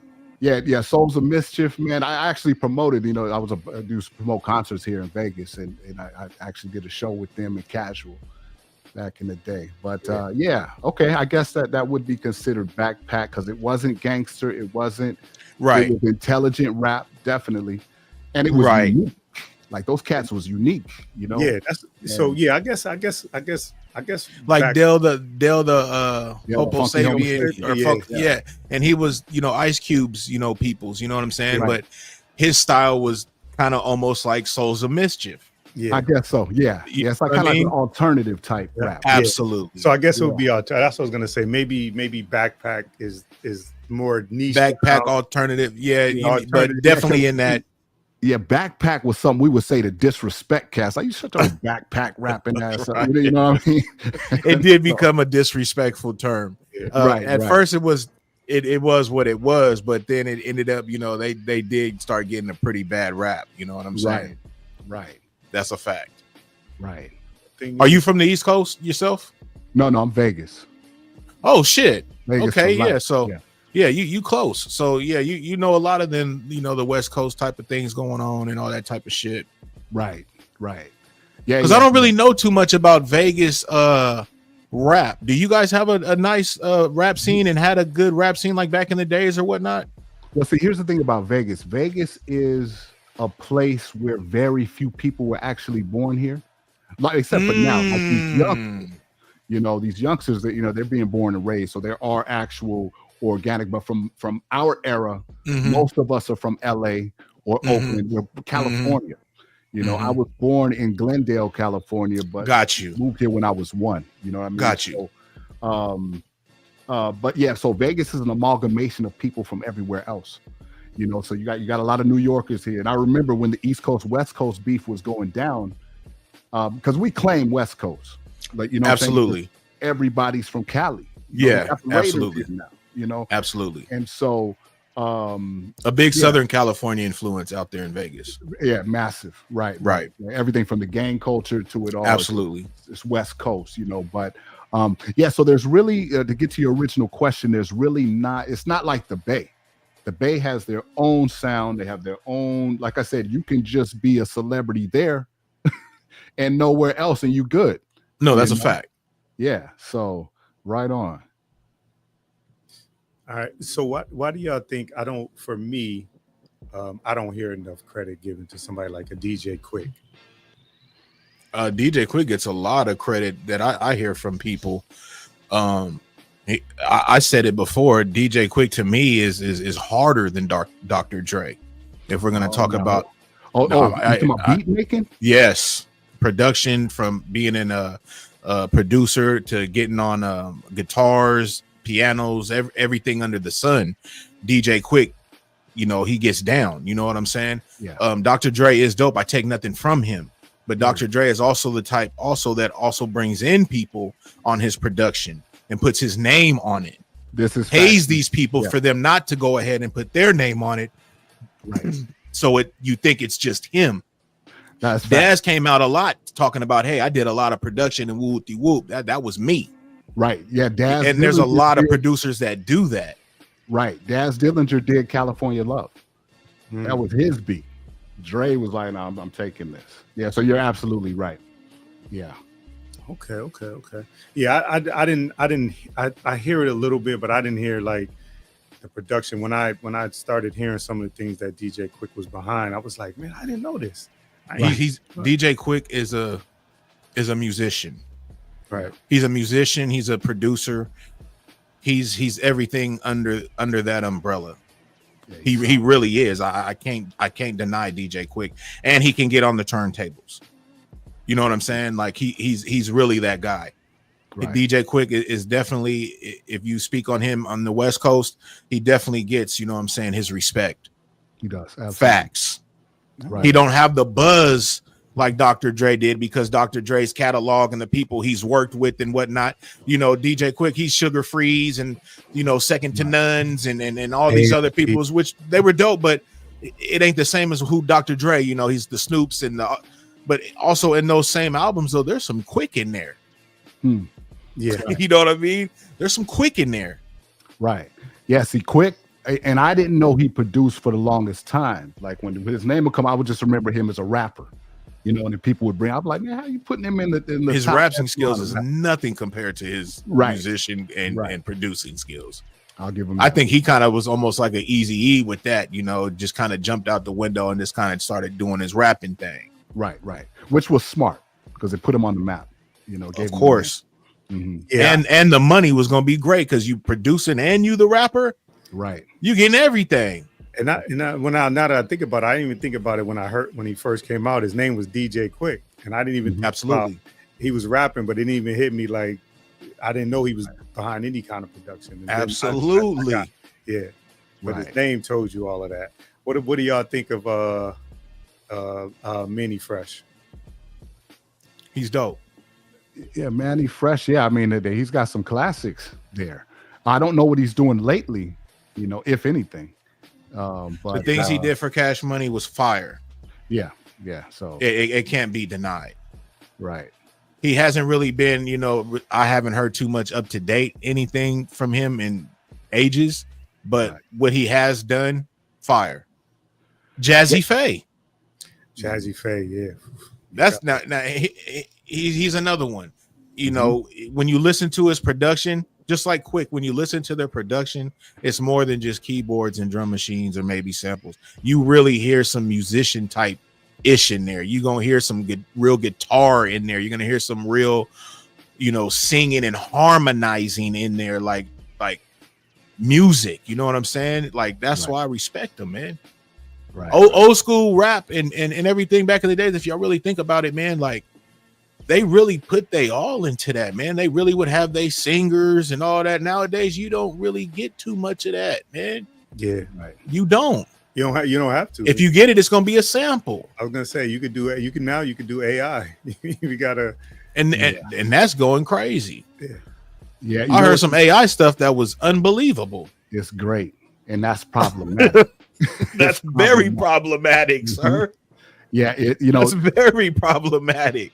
Well, you know, YouTube has just made the move to demonetize channels that utilize too much AI. They don't mind you using it to assist with what you're doing, but if it's all AI where it wrote the script and it's all the images and everything, the music, they demonetize. And I think that Spotify is going to have to do something similar. You know what I mean? Because that's not fair. Yeah. So I could just prompt something and come up with the dopest whatever genre. And then that's no work in that. And I'm taking precedence over actual artists who spent their blood, sweat, and tears. Yeah. They're gonna have to. This is the best solution is to make, if it's AI, completely AI, it can't be copyrighted, so anybody can use it. Right. That's the only way to protect working artists. You know, because an artist, if an artist wants to use AI, they can technically have AI compose something and then come out and do it themselves, actually compose it themselves as inspiration. Because at least you're getting a human touch on it. But to just go straight from the prompt as inspiration. Yeah, that's it. Wow. You know? Right, because we can't stop it. You know, so we might as well do it that way. Yeah. Shout out to Beautiful. Highlight the comments. Make sure, you know, I feel like the chat is important. So that's crazy, man. This time going by fast, bro. We already almost an hour and a half. Yeah. That's wild. You guys were cooking, man. When I was listening backstage, I was like, oh man, I want to get up there. That's why I was saying, like, I was like, let me get him up, because it's so much good going on. And I just from the 2 conversations I had with you, I know you got a perspective. So I want to get you up here for sure. Let's see what I had here. DJ Screw. Now, what he did was something that to me is kind of, it seems simple to slow the music down, but it was like a whole culture. Yeah, be careful with that. Just from doing, I'm just saying, like, when you think of like the things that you can do to change music. Yeah, or change. He just slowed it down. Yeah, he slowed it down and became a whole movement. I had a negative. I made a negative comment about it in the barbershop one time. I almost got beat up. I was like, "Whoa!" A bunch of Texas cats in there. What was your comment? I just said, "Man, I don't get it." I said, "All he did was slow the shit down." And they was like, "Hey, man, watch your mouth." And I was like, "What? Wait?" They're like, "Yo, man, there was some Houston cats." I was like, "Oh, hey, man, okay, that, like you said, it's a culture. It's their thing. I just didn't get it at the time, you know." A whole movement. It's a whole movement.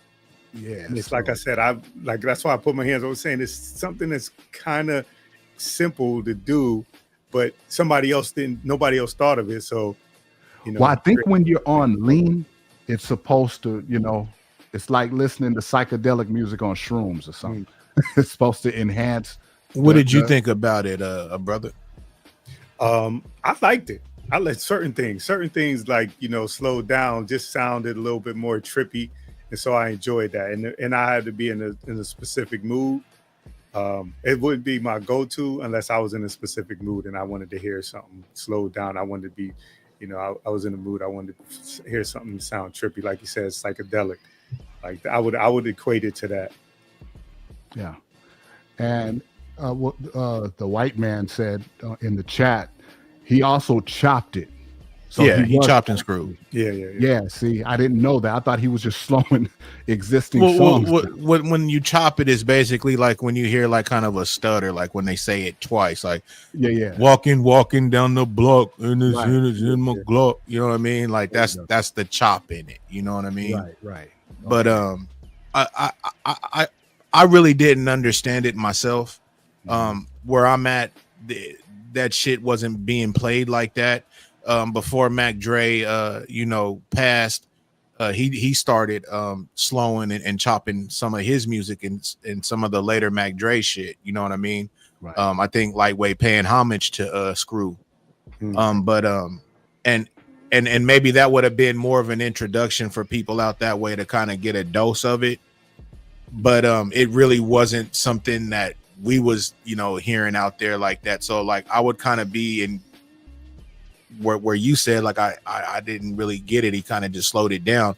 I get the chop, you know what I'm saying? Because I did DJing and producing, and I know what chopping, I know what that means. When you hear it, you hear it. You know what I mean? Like basically like a DJ, making the shit say it twice or whatever, or bring it back. You know what I'm saying? The same type of thing. So, but yeah, it was really big out there in Houston. I think what you said with the whole lean and all that type of stuff, I think that's what it really induced it with people. Like they was on that slowed up shit, you know what I'm saying? So like, right. It was a vibe, you know what I'm saying? Yeah. So I think that's more kind of what it was with that, you know what I'm saying? Right. So I think it was really probably deeply rooted out there, with the Texas and all that. More than maybe a lot of other places. I'm not saying it wasn't there, but I'm sure the impact was like really major out there because that's what they did. You know what I'm saying? Yeah, Right. I like the comparison to the psychedelic. I like that comparison. So speaking of Mac J, Well, just like what it was that like like the Pink Floyds and stuff. Like I Right. grew up, around a lot of people that were kind of like hippies too. Like the Bay Area, we well rounded. You know what I'm saying? So when I That's was true. growing up, I was around a lot of them types. You know what I'm saying? Like playing drums and just all on that kind of movement. You feel me? Smoking trees and the anti-government, whatever they hype. You know what I'm saying? I was just around them. You know what I'm saying? Yeah. So Yeah, it's I guess it would be like Dr. Dre's Chronic to weed or to or Outkast's initial, Crumbling Herb. That was a weed smoking song. That's what it was for. right, yeah, right. Yeah. Cypress Hill. When they Cypress came Hill, out right. and that siren in the I back. want to get high. Yeah. You know what I'm saying? And it would Uh-huh. come in and out, and then the music would be gone, but that siren was still playing. Right. You know what I'm saying? Go blaze up, man. I ain't smoked in years. That's a memory. But that's why I'm saying that's probably why it was really big out there in Houston, because of that was their thing out there. Right. The whole lean thing and everything. So the Right. chop in and the screw thing was just probably like oh snap, you know what I mean? Yeah. This is it Right. off Yeah. top. when did because I might have been late to the party with. I used to see Spice One all the time, the white man out in Hayward, bro. My Yeah, stepmom stayed right by G Nut. G Nut was a part of his rap group. It was him, G Nut, and the DJ Extra Large. And they used to always go to G Nut's spot, and G Nut stayed right pretty much next door. I see Spice One all the time when he came out with that The Trigger Got No Heart for Minister Society. I got the album at Rasputin's, and I had him sign it because he always came through. You know what I'm saying? So I was DJing at the time, and he signed my album. You know what I mean? He's a real cool dude. But Spice One, he's cool. Yeah, he's in Vegas now. Oh, okay. Yeah, I see him out every once in a while. Yeah, he a cool dude, man. He ain't like one of those type that ain't gonna speak or nothing. He Right. ain't no big headed type cat or nothing. Like, he Right. really down to earth. Last call was good, brother. I was telling them we had that E40 slang list when we was talking about hip hop on your show. Salute. Last call. Peace. Hey, Queen Sanity, what's good? I ain't seen you in a minute. How you doing? I see everybody talking, some good. I'm putting good rappers. I don't see nobody putting Brother Lynch Hung out there though. Brother Lynch Hung. Yeah, Brother Brother Lynch Lynch Hung, man. Yeah. Real tough. Yeah. Man, that what was it? Season of the Lunatic, Looney Coleon, all them was in the studio with him before. He Right was on. one of my favorites, actually. Oh, right on. Yeah. Let's see. Yeah, that I refuse to lose, man. Brother Lynch Hung, man, he got a lot of hits, man. Man. Season of the Sickness. That was Season of the Sickness, man. Yeah, man. All right, y'all keep going. I'm just Motherfucking sickness. Oh, man, just that whole And then the album. beat switched up. That shit Yeah. was slapping, Yeah, bro. and, what was that one? That shit was He's slapping. talking about his dude. cousin getting shot. What was that song? He said, I'm out in the 6'5" hardtop Impala looking for that 187. I'm liquor sick. That was it. Liquor sick. Yeah, because I he had so many, and when you were spitting it and the Yeah. melody, I knew what you were talking about, but I Man. couldn't put the actual name of the song and shit. You know what I'm saying? I used to draw comic books, like gangster comics back in the 90s. And that song inspired like a whole thing with my characters. I still got it too. I think a lot of people kind of sleep on Lynch They when do. they speak on rap and things like that. That's why it's dope when we bring up shit like this, because I probably wouldn't even have brought Lynch up, but Lynch Right. is a come on, Now, man. where's he from exactly? Sacramento. Okay, so I knew he was northern. What about Sacramento. Paris? Paris is from Right. San Francisco. Okay. See, Paris, that's another one that's slept on. yeah. And Paris, what did he just have? Like one album? No, No. did he maybe no. come with two? No, he did The Devil Made Me Do It. Then he did Because I Was remember that that one? one album. You know what I'm saying? And he had the video and everything, and the nice then he did buzz. Gorilla Funk. Yeah, he's still going now, from what I understand. I think he's still active. Paris, didn't he die? No, Paris. Now you're thinking about brother from Menace to Society. No, I'm thinking about Paris. I thought Paris What, you know what? Let me look it up because I don't want to misspeak, but I'm pretty sure Paris is still alive. Because that's gonna be messed up if he's dead and I didn't know. Because that was one of my favorites back in the days, man. Let me see. Nah, it looked like he still. I see him. It doesn't say he died. It just say 57. Yeah. Damn. Okay. Shit. Yeah, he's 57. He's From still San Francisco, California, right? Francisco. Yeah, I know he's up from the base. Okay. somewhere. Shit, man. I don't know why I was thinking that. Yeah, nah, he was cold with it, but he was angry. Yeah, Paris was dope. He was He cold. was militant. Yeah, super. You know, and yeah, the him and X Look, Chat Clan. Live said it. I didn't even see that. He was like militant. That's exactly what He was. He was there. Yeah, yeah. Mm-hmm. I used to see white kids listen. I was like, "There's no way I would listen to this shit if I was white." Shit, didn't he wear like high tech boots and all that shit? No, Man? he wasn't dressed playing. like a straight panther. Like he was a wasn't straight playing. panther. Yeah. He wasn't playing, man. Right. Yeah, that was a good era of hip hop, man. I make documentary films, and I've been toying with the idea of doing a documentary just about the conscious era in hip hop, which would have been before 1992. Since since the rise of Public Enemy, you had X Clan, you had Poor Righteous X Clan. I definitely had an X Clan out. Yes, People. Right. sissy.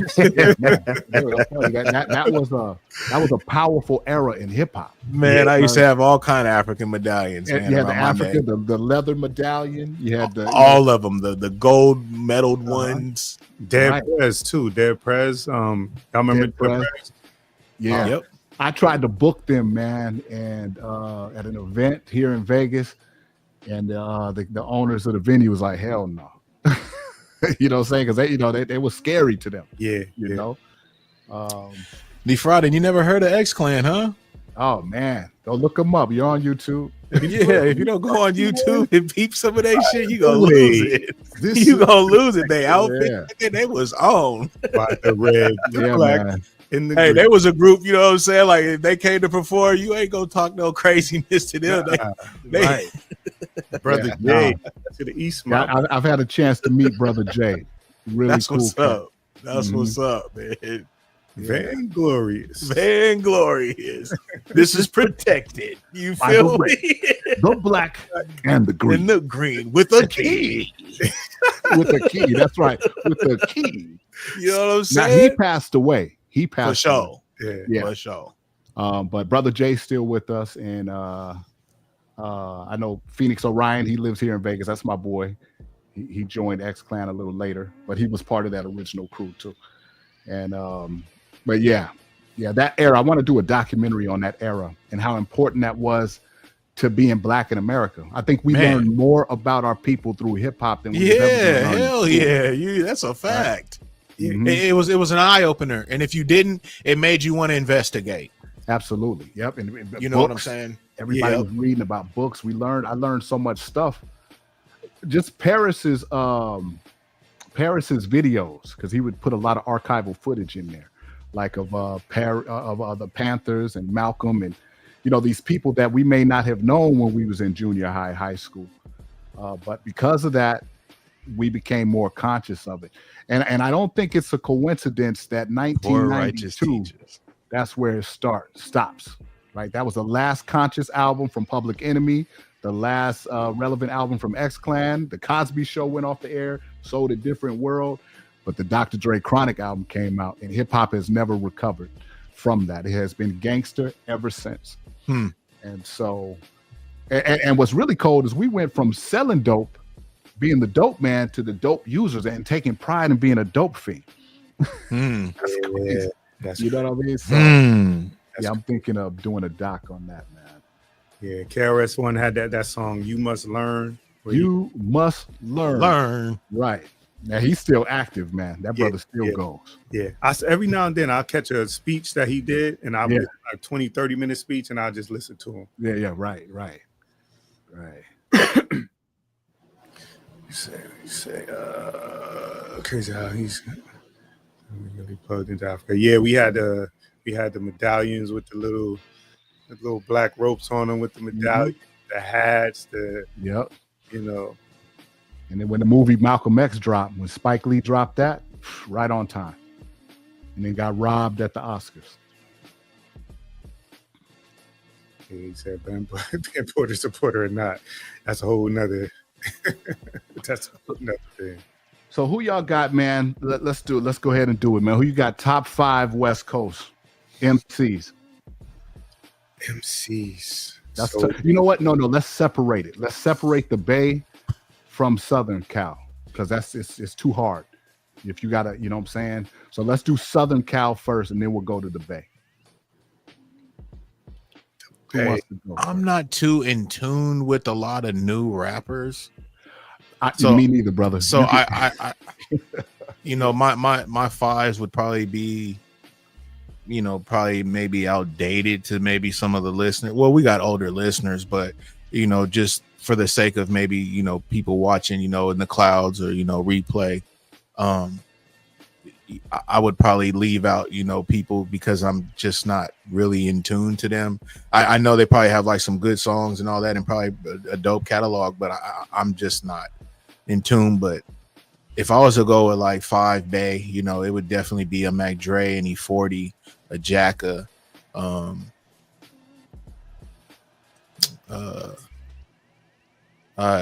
Nut, and I'll go ahead and let me see. I'd go ahead and throw I throw Richie Rich in there, and then for Southern California, would definitely probably be like a G Perico.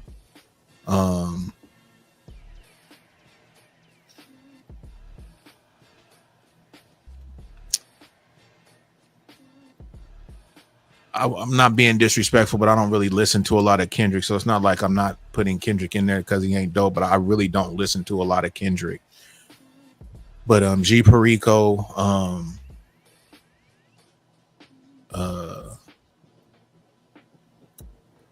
little bit of J Rock. Fuck with J Rock, definitely Nipsey.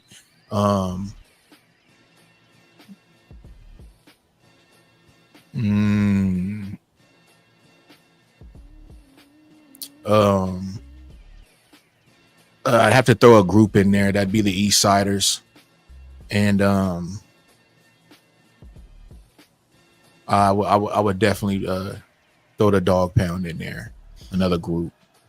There you go. That'd probably be so. That'd be my 5s on 5. That's fair. What about you? Swap Game for Nip, huh? Game. You know what? I'll swap J Rock for Game. Really? Okay. I'll swap J Rock for Game. And the reason why I say that is because I wasn't thinking at the time, but I have definitely listened to a lot more Game than I have J Rock. But J Rock is dope. That's why I put him in there. But if I'm gonna just keep it 100 and, you know, because going by listening or whatever, I would swap J Rock out with Game. Right on. Go ahead. I was gonna say for me, only one of the top got to be Too Short because that's how I found the Bay, and he had a lot of them sneaky hits early on, and he's still rocking. The Ghetto was one of my favorite. The Ghetto and Blow the Whistle are two of my favorite.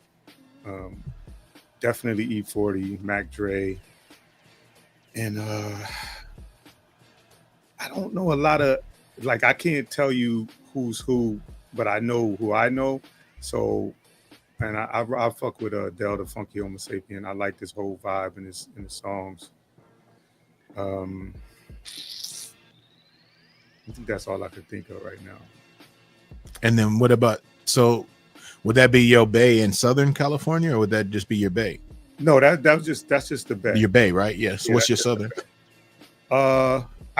Early Ice Cube, the first 3 or 4 albums to me. Damn, I didn't even put Cube in there, huh? You see what I'm saying? That, you know, when you put somebody on the spot, it's hard, right? God damn. Go ahead, Toe.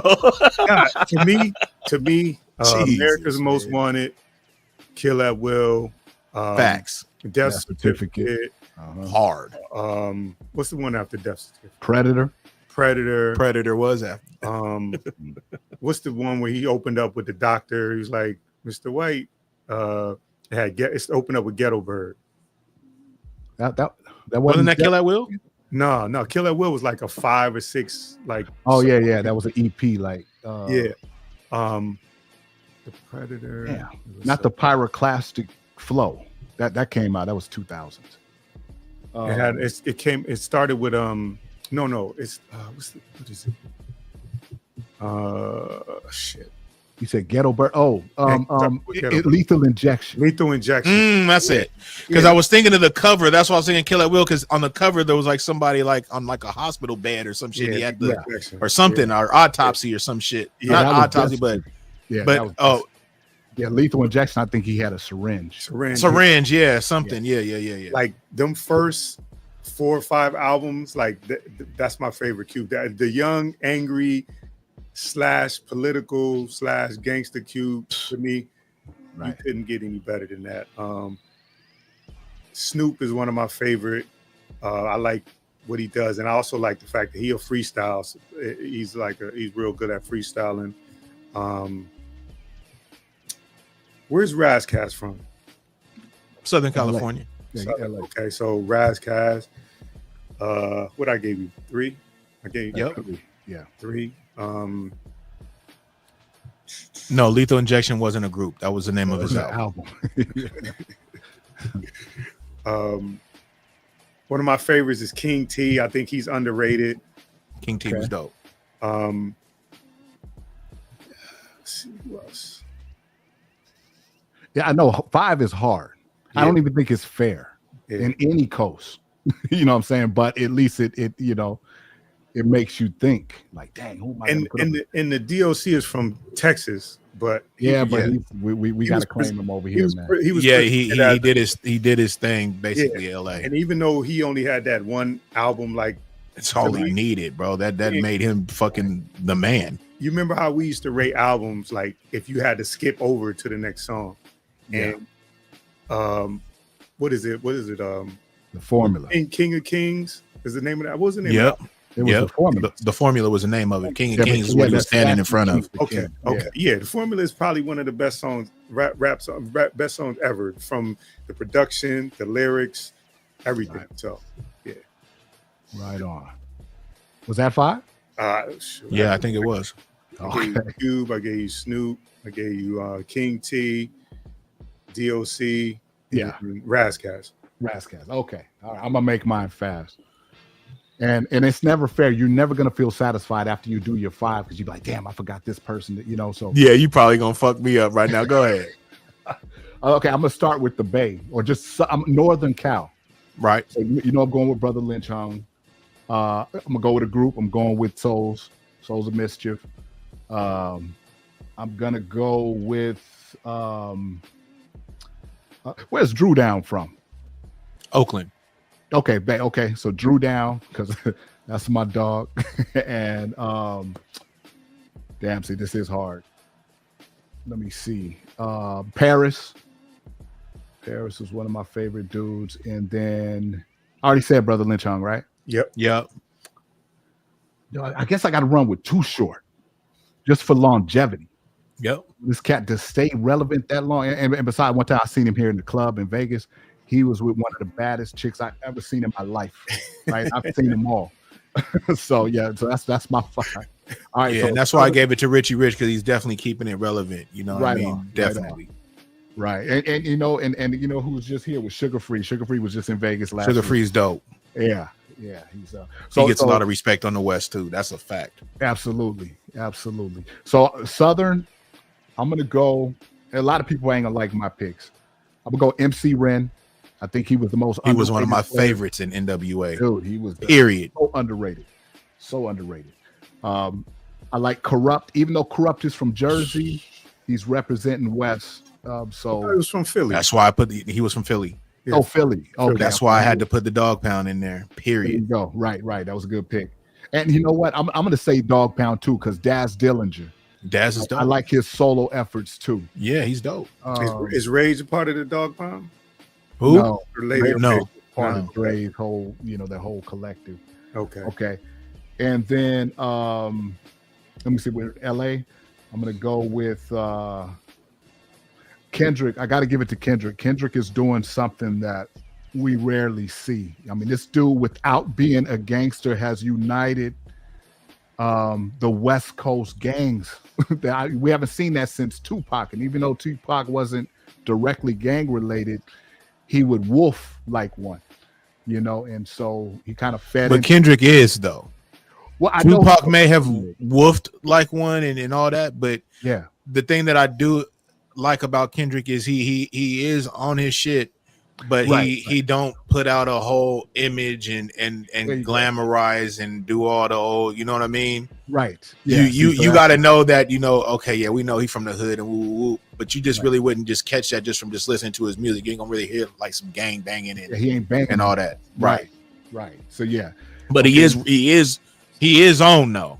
Oh, absolutely. Yeah. I figure you have to be. Yeah. He is on though. That's a fact. Right. Okay.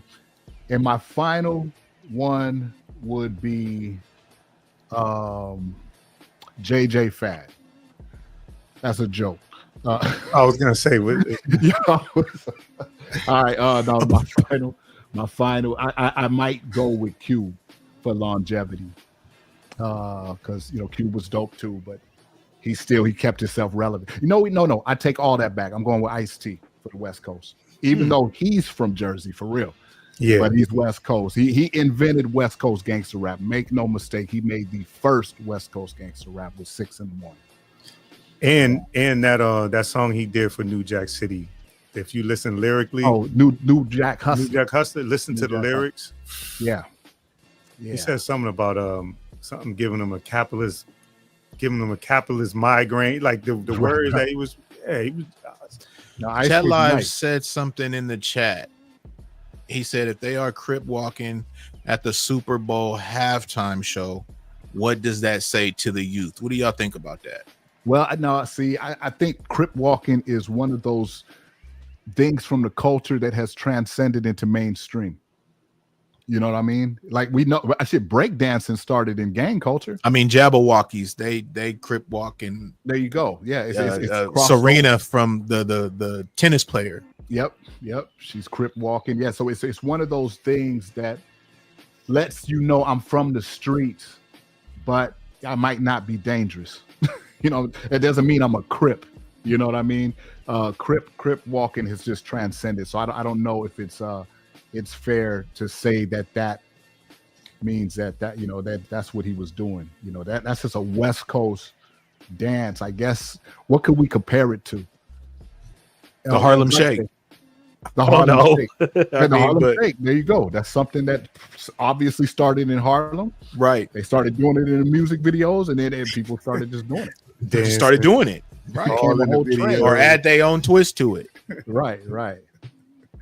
All in the videos. And to be honest, like a lot of people that do the sea walk kind of ain't really doing the sea walk. They're doing kind of the step movements that are similar to it. Yeah. But they're really not spelling out and really doing like if you look at a Dub C and even if you look at DJ Quick doing the B walk, there is a difference than what you kind of see when you see people like Jabberwockies and Serena doing it. It's more of kind of the foot thing that you're seeing, you know what I mean? They're not hitting up, right? Yeah. Just to keep it 100. You know what I'm saying? But that was definitely, you know, I like the question that he put out there. That's why I was glad you highlighted it because you know, I think that just like kind of how you said with the sea walking, man, it's kind of more of a it's a dance. It's not really like, hey, I'm a crip or I'm gang banging or, you know, especially the way they're doing it. You know what I'm saying? If you really see somebody really from the hood doing it, you're gonna see a difference in that dance and what you see how other people do it. Yeah. It's like slang, right? Yeah, because they hitting shoes, they dipping down, they spelling shit, they doing twist, there's a whole lot to it, you know what I'm saying? And you throwing it up, you know what I'm saying? You'll say and it with it. So it's more than just the, you know. Yeah, once it gets commercialized, I think it gets farther away from what it actually is and what it's for. So it just becomes a dance.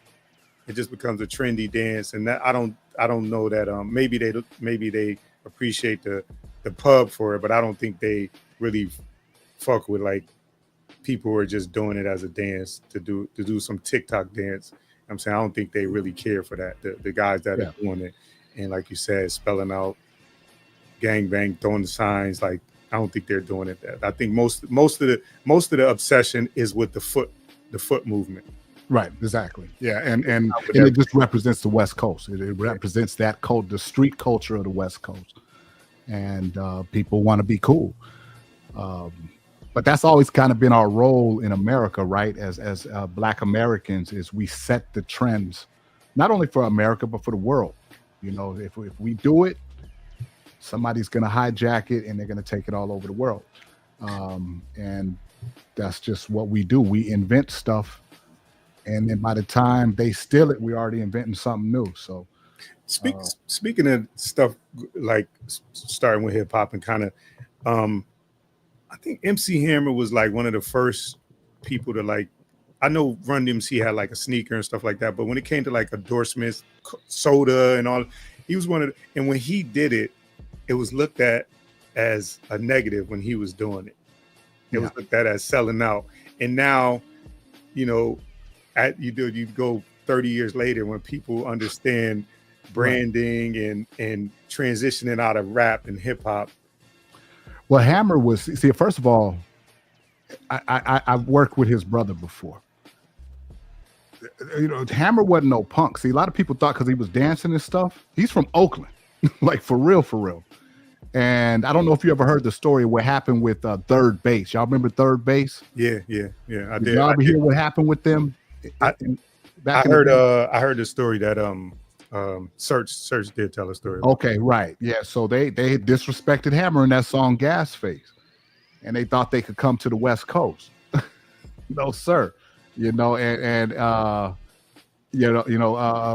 Hammer, he was doing it on Michael Jackson's level. You know, he had those Pepsi endorsements. He was doing arenas. He was doing all that. And at that time, hip hop, the streets still controlled hip hop. If the streets didn't accept it, it wasn't flying at all.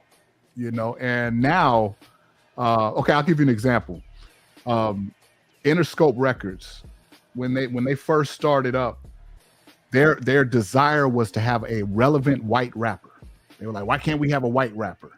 So their first attempt was Marky Mark and the Funky Bunch. Now, he was tough in Boston to them other white kids and stuff, but to the streets, we was like, man, get this clown out of here. You know, Vanilla Ice tried. Everybody was trying. Third Base was the only ones who had been allowed in, you know, because they were coming out of the East Coast and they had a lot of endorsements from the Jungle Brothers and stuff like that. But Interscope's first successful rapper, of course, was Tupac, right? And once Tupac was murdered, they continued their hunt for a white rapper that black audiences would accept. And of course, they ended up finding it with Eminem.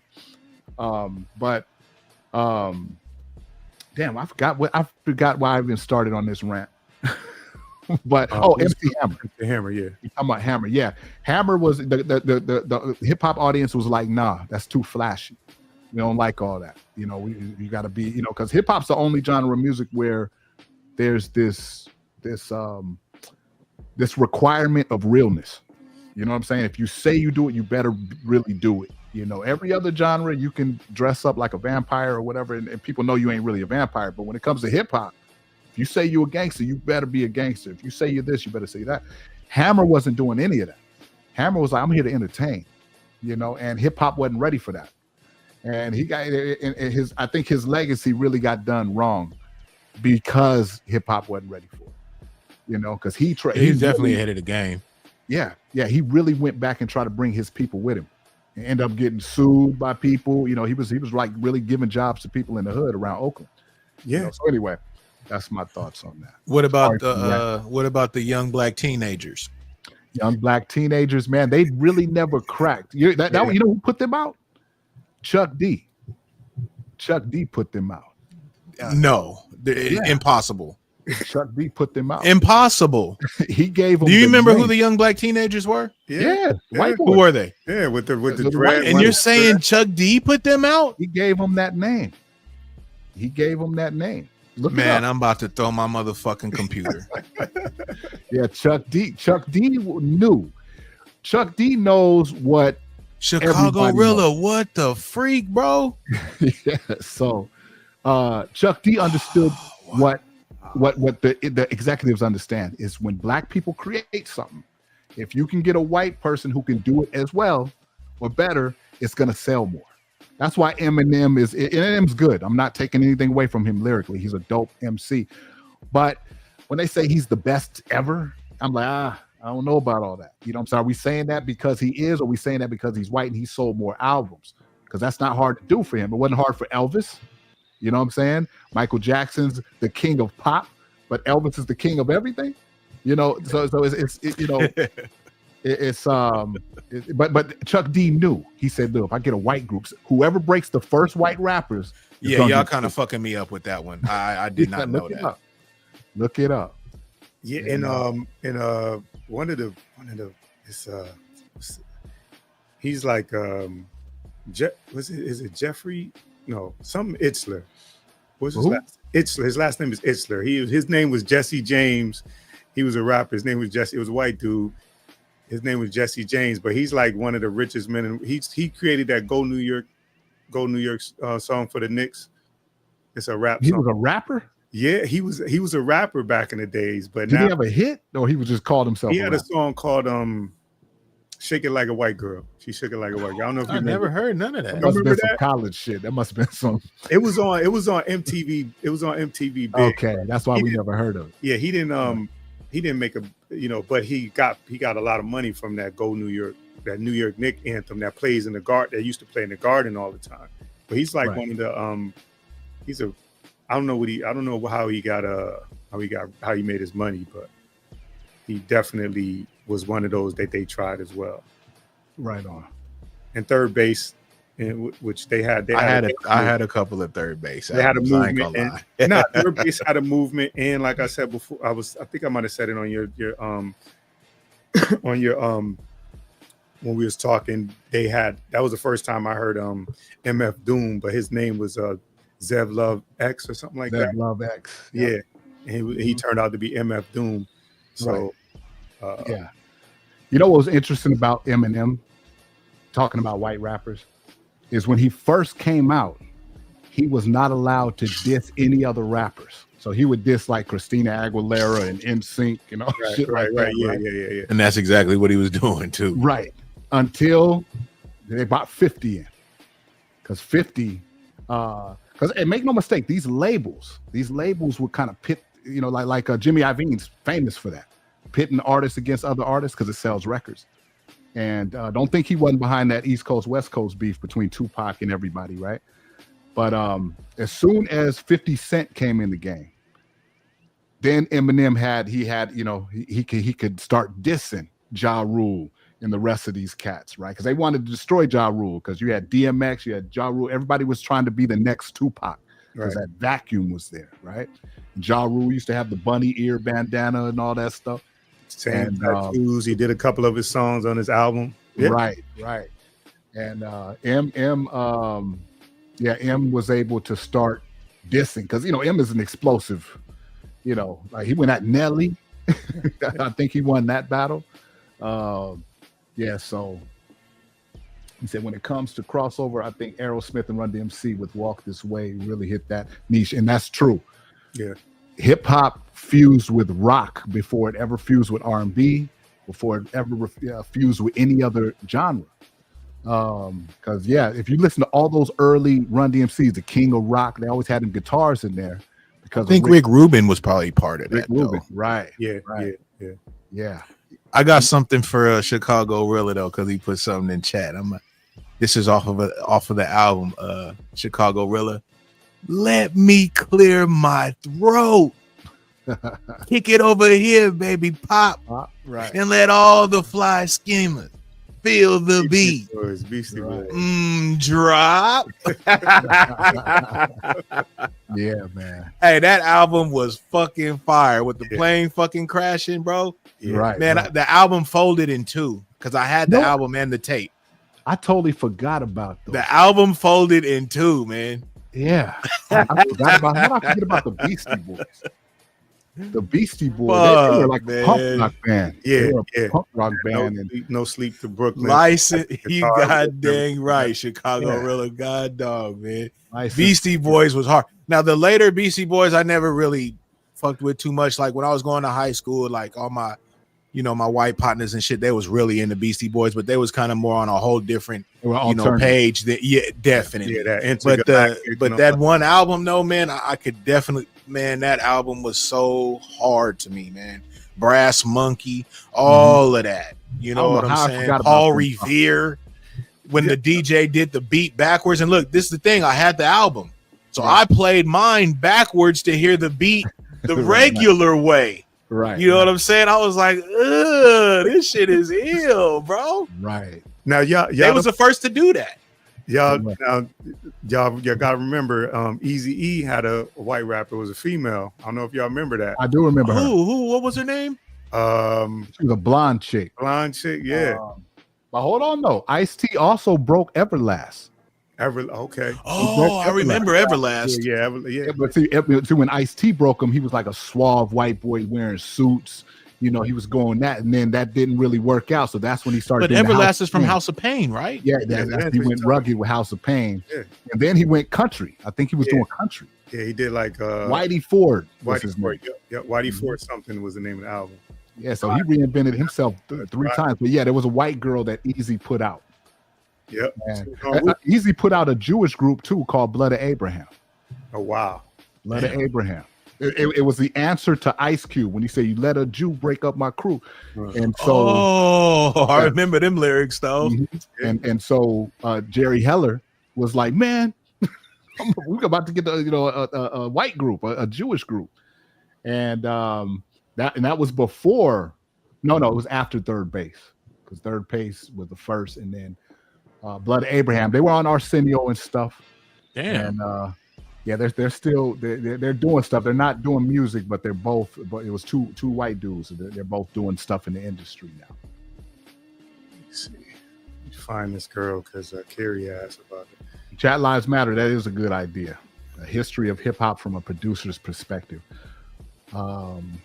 Terry B was her name. Terry B. That was it. I remember that. She was whack. I remember that. She was like trying to remember. She was. Yeah, but you know what's crazy is Ice didn't catch wreck the way T.I. did when he put out the Australian girl. What's her name? Iggy Pop or whatever her name is. Oh, Iggy Azalea. Iggy Azalea. Yeah. He caught hell, and she wasn't bad. She wasn't bad flow, but it was kind of fake. Her being from Australia, but talking like she come from. Yeah. Terry Murder She Wrote. Look that up, Carrie. Terry is spelled T-A-I-R-R-I-E. Terry B. Murder She Wrote. You might remember it if you look at it, if you see it. Yeah, Chat Lives Matter just brought up DOS Effects. Y'all remember them?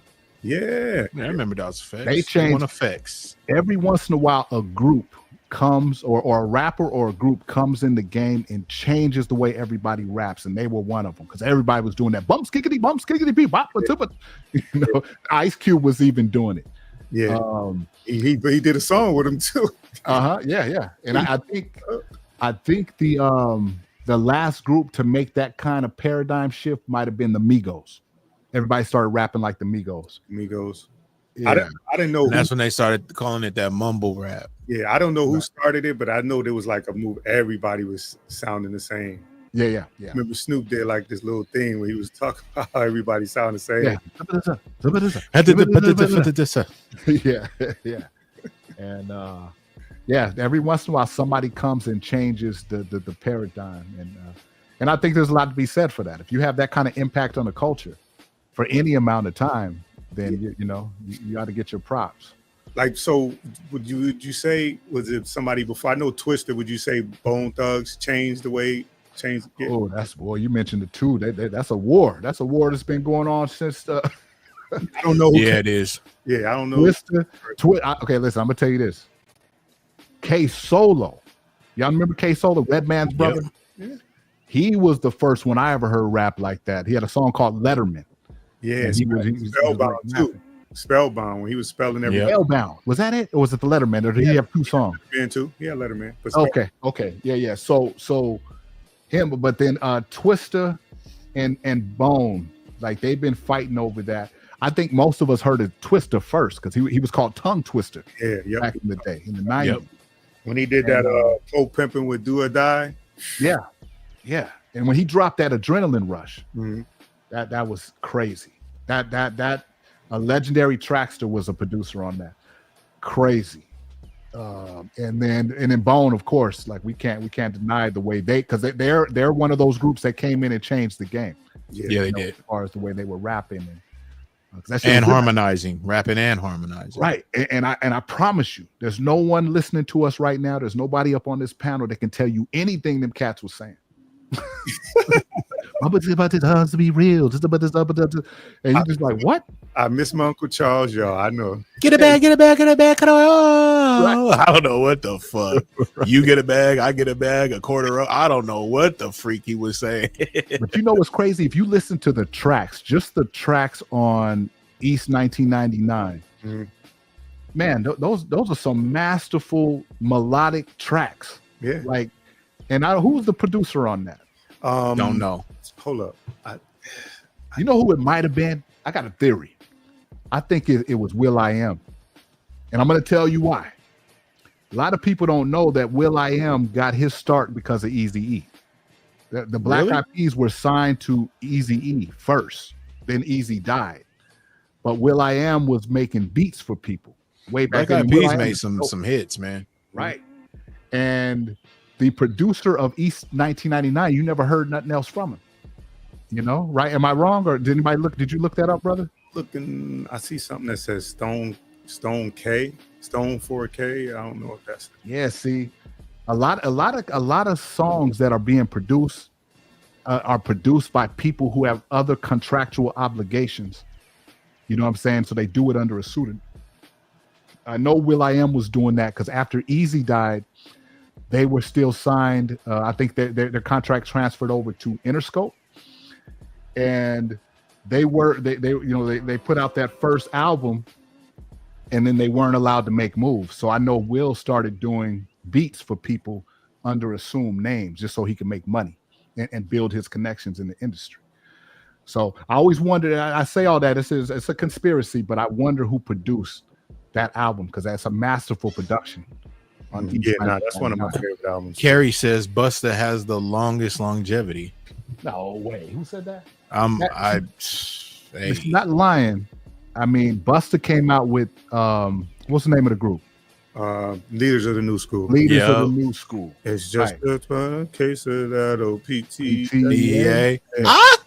Yeah, right. Charlie Brown. Don't play with me, man. I remember all that shit. Hey, remember when they broke up as a group? They broke up live on MTV. Yeah, right on TV. Wow. And I think motherfuckers was wilding. Yeah, I think it was jealousy of Buster. Yeah, Buster. Once they did Scenario, he solidified his place in history. I like that video. Yeah, man, crazy. Something about that light skinned chick, man, with them, nice chest in that video. Right that on. dang. And he could what he did with Khalees, the song he did with Janet Jackson. He get on anything. Yeah, Right. that song with Janet was pretty hard. Shit, the song he did with Chris Brown that put him. That made him relevant again to these kids. I say got the kids who might not have known about him. They know about him. Right. Yeah. Buster had the total pack. Yeah, Buster. I don't think Brown had a great voice. He used to get on my nerves with that. We're talking about Charlie was Brown. young. Leaders New School. Yeah. I like Dinko D better than him. I used to fuck with the Fushnikins. I think that was Dinko D's brother in that group. Oh yeah. No. I don't because Fife Dog. His brother's in Fushnikins. Okay. Yeah. His brother was in there. And Into My Eyes by Bones. The address Twister still in. Yeah. And they had people like his verse, and that had people doing it like the Busta Rhymes challenge. That's how good the verse. Oh yeah, dude, it was crazy. Yeah, crazy. First, I got to get him, then I got to go him, then I got to. And Chris Brown ain't no slouch either. Rapping. Nah, he was nice. He was nice. When he was, who was he just beefing with from the Migos? I don't know which one, but I know he was. I know I did hear the song. That was one of the most disrespectful things I've ever heard in battle rap. Yeah, because he said his fans wish that he was the one that died instead of. I was like, yo, yeah. And it was right after it happened. I was like, come on, Chris. That is, dude. You might have. I thought Tupac had the most disrespectful line before that, talking about Biggie's wife. But that one was low. Yeah, that was tough. And that's why people die in these rap battles. Yeah. That was so bad. I couldn't even listen to that. It was so cringy. It was like, yo, I couldn't listen to it. Yeah, but Chris can rap though. I would argue that Chris is the closest thing to Michael Jackson living right now. Still, he got even with all his antics. Yeah, he's problematic for some people, but if we just talking about music, just like, talent. I seen him do this flip on stage. He was standing still and did a front flip, and it looked impossible, and kept singing. I said, "Yo, this kid is incredible. It's a shame that he's messed up like this." You know, it's the best old head rap album. 444 is a good album. I don't totally disagree with that. What would you say, brother? The best old head rap album? I don't know. Because I'm just gonna be honest, man. I don't listen to anything new coming out. Right. It's not in my. When I had an iPod, it ain't in my iPod. When I was doing LimeWire, I was getting all the old school stuff. right. On YouTube. When I'm vibing, I'm listening to 80s and 90s. I'm stuck. I'm just gonna say I'm stuck in that era. Right on. That's not a bad thing. 90s was the golden age, man. But that's a good question. What older rapper came? And maybe you can answer that, Riggs. Like, did you see the question? It's no, I didn't. Who got the best old head? Like, which old head? Like, Jay-Z came out with 444. Like, what old head dropped a dope album, and who would we say dropped the best? An old head. That's a good pick. That's a good pick. So an old head that dropped an album recently. Yeah, that's still that's been because hip hop is a young man's game. You know what I'm saying? I think this is the first time in hip hop history where all your dopest rappers are all over 30. All of them. They're between 30 and 55. Yeah. That's never happened before. It was always the kids. Always the young boys. Yeah, moving the old heads out the way. Yeah. But the old head's been holding on. So I'm gonna say, oh man. That's too hard. That's too hard to answer because it's not that many. You know what I mean? When you say old heads, meaning how far back old head? That's exactly why I'm stumped. Because I'm like, what is really an old? Because Kanye is an old head to somebody. Yeah. E40 would be too. Yeah. Snoop would be too. You know what I mean? So yeah. Right. Nas, 20 years in the game minimum. He's saying. Hey, I'm gonna say something so controversial right now. Uh-oh. I was never into Nas like that. Me neither. I was never into him like that. I liked some of his shit, but I wasn't to the degree that they were putting him. I was like, I don't know about this, man. I like more of the stuff that was more pop stuff. Like I didn't like the deeper stuff. I really wasn't into. Like I like the things that was more mainstream. Right. Even though he didn't like people didn't like that he was doing certain things, but I like the more mainstream stuff. Let me ask y'all this, and I'm asking the audience this too. Who won that beef between Jay-Z and Nas? Nas? Okay. What do you say, brother? So I'm a Jay fan. Okay. And he like either I like it, but Jay did like 2 or 3 more songs after that, and nobody really talks about him. And he got I gotta roll with you on that one, man. I think Jay won that. He did. Jay won because I was just listening to the Takeover again the other day. And Jay was not only going at Nas, he was going at Prodigy, Mobb Deep, yeah. You know, and it's such a good, you know, a great battle song. And I mean, Ether, now we got to give Ether his props because like you even call it Ether. If somebody disses somebody, then you got Ether. Ether, yeah. They made it a verb, you know. Nas made it a verb. Yeah. And it was a funny song, you know. The you know, how many of Biggie's raps gonna come out your fat lips, all that stuff. Yeah. But I got to give it to Jay overall. I got to give it to Jay. When you just go back and listen to it line for line, you got to listen to Jay. You got to give it to Jay. Yeah. I'm not trying to see what they were. What does Chat Live Matter say? A lot of they're coming out trying to still be what they were when they were younger, and it comes off as out of context. This is true. Like there's no way a cat, you know. We'll use Rick Ross, and who I think is a dope MC. Rick Ross is one of the best rappers ever. He's definitely the best beat picker in the game.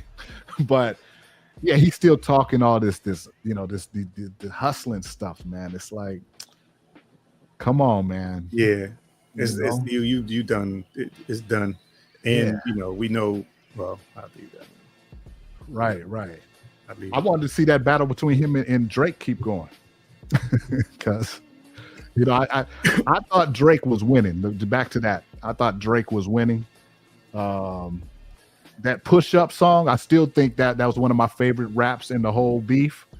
But is Drake ever really gonna get any kind of credit because of the whole thing with the writers and stuff? Like, because it seemed like once that came out, I still like God's Plan is one of my favorite songs. Like, I still like Drake, so I didn't stop liking them because of it. Yeah. I don't think the kids care. That was something we cared about back in the day. If we found out you wasn't writing your own raps, these kids, they don't care. They felt just like when they found out Rick Ross was a cop. They didn't care. They kept supporting, you know. I think that was just us. You know, it was the same reason why you know we were a little bit more closed-minded, a little bit more guarded over the culture, which some say we should get back to. But it was only in certain cases, because like Big Daddy Kane wrote for Biz Markie. People love Biz Markie. Ice Cube wrote for Easy, Ren wrote for Easy. Like, and he said it. Right. It was a known fact. But see, those guys, they admittedly weren't rappers. Like Easy would tell you, man, I was just doing it, you know, to make money and, you know, get some extra fame or whatever.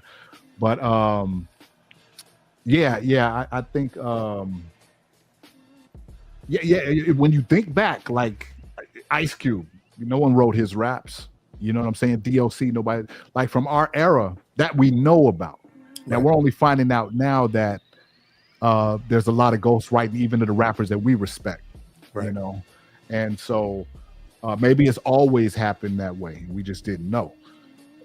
But yeah, I don't think the kids cared when they found out that Drake was getting his raps written for him. I don't think they cared. Yeah, I think it's just us. You're right. Yeah. It's just old heads. We like, but Right. but it's not going to. Good music to me is good. A good song is a good song. Like Chat Live said something earlier on when he was asking if I forgot what the question was, but it was something like, is it good music or is it like how it made you feel? Like certain songs, good music is good music across the board. I mean, we talk about hip hop tonight. We can do R&B. We can do funk, we could do disco. Like there's so many different genres of music that we could do that bring you to a certain place in time. Right. And you need like one of, and I say this, people probably sick of hearing me say it, but that Doug's Mansion with Anthony Hamilton singing the hook, Tupac. And that's when I'm feeling sometimes in my worst, man, I put that thing, I blast that thing. That's one of my favorite songs ever. It brings me to a place in a time and it gives me a feeling. So some of the things may just be that when we're being nostalgic about it, it may just be a feeling. You know, right. Getting from that. So we may give somebody may not agree with you about the MC, but for you it means something because that MC was able to tap into something with you, like one of the funnest rappers and one of the best storytellers for me years ago was Slick Rick. Slick Rick, oh, absolutely. Yeah, you know, his songs, the hooks, the content, the comedy. You know what I'm saying? He was silly. You know what I'm saying? He made fun of himself in situations. And it was the storytelling was A1. It was, yeah, it was fun. Yeah, that Misadventures of Slick Rick album. That was the Boss album. Was it 1988? It came out. That's what you treat him like a prostitute and all that. Right, like he was. Well, that whole little crew. You had Dana Dane. Yeah, Rick, Dougie Fresh. Yeah, and Dougie Fresh. Yeah, you know, they were the entertainment crew. We've been leaving out the ladies. Yeah, somebody asked the top 3 female rappers. Who want to go first? Top female rappers. Top 3. I'll go. Starting out here on the West, I'm gonna say Marvelous. I'm gonna say MC Light. I'm gonna say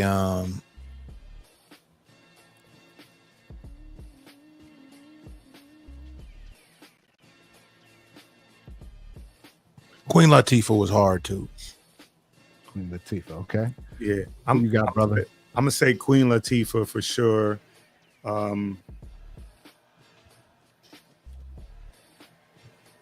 To me, I'm into wordplay, and I know she don't have like a great catalog, but Lady of Rage is one of my favorite rappers of all time.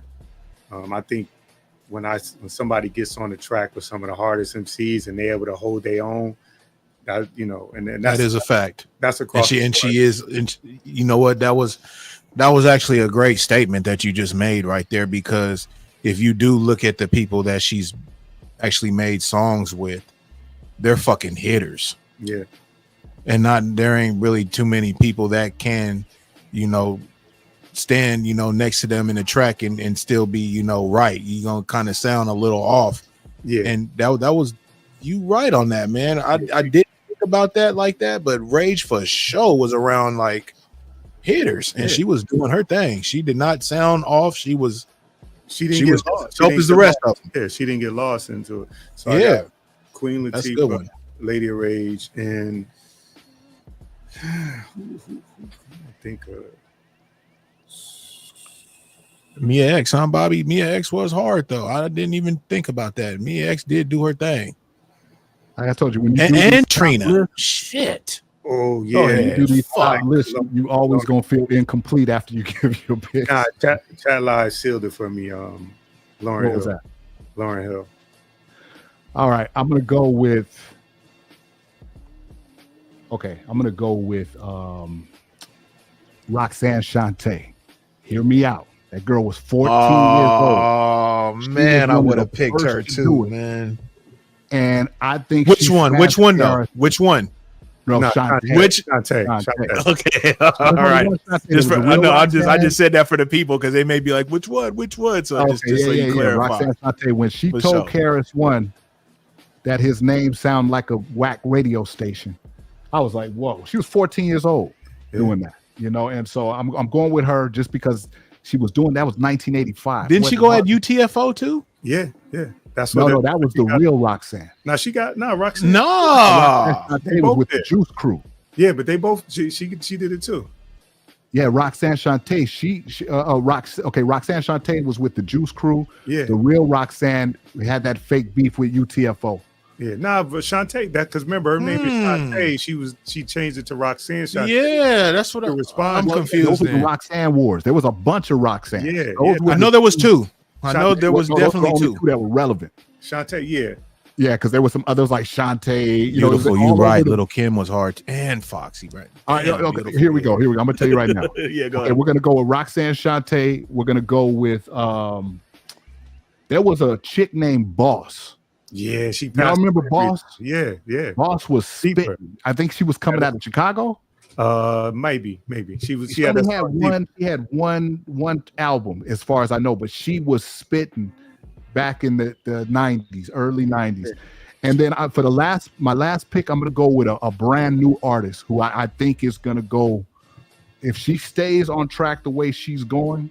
She's an LA chick. Her name is Samara Sin. Y'all heard of her? Nah. That little girl is dope. She sings and raps. She's gorgeous.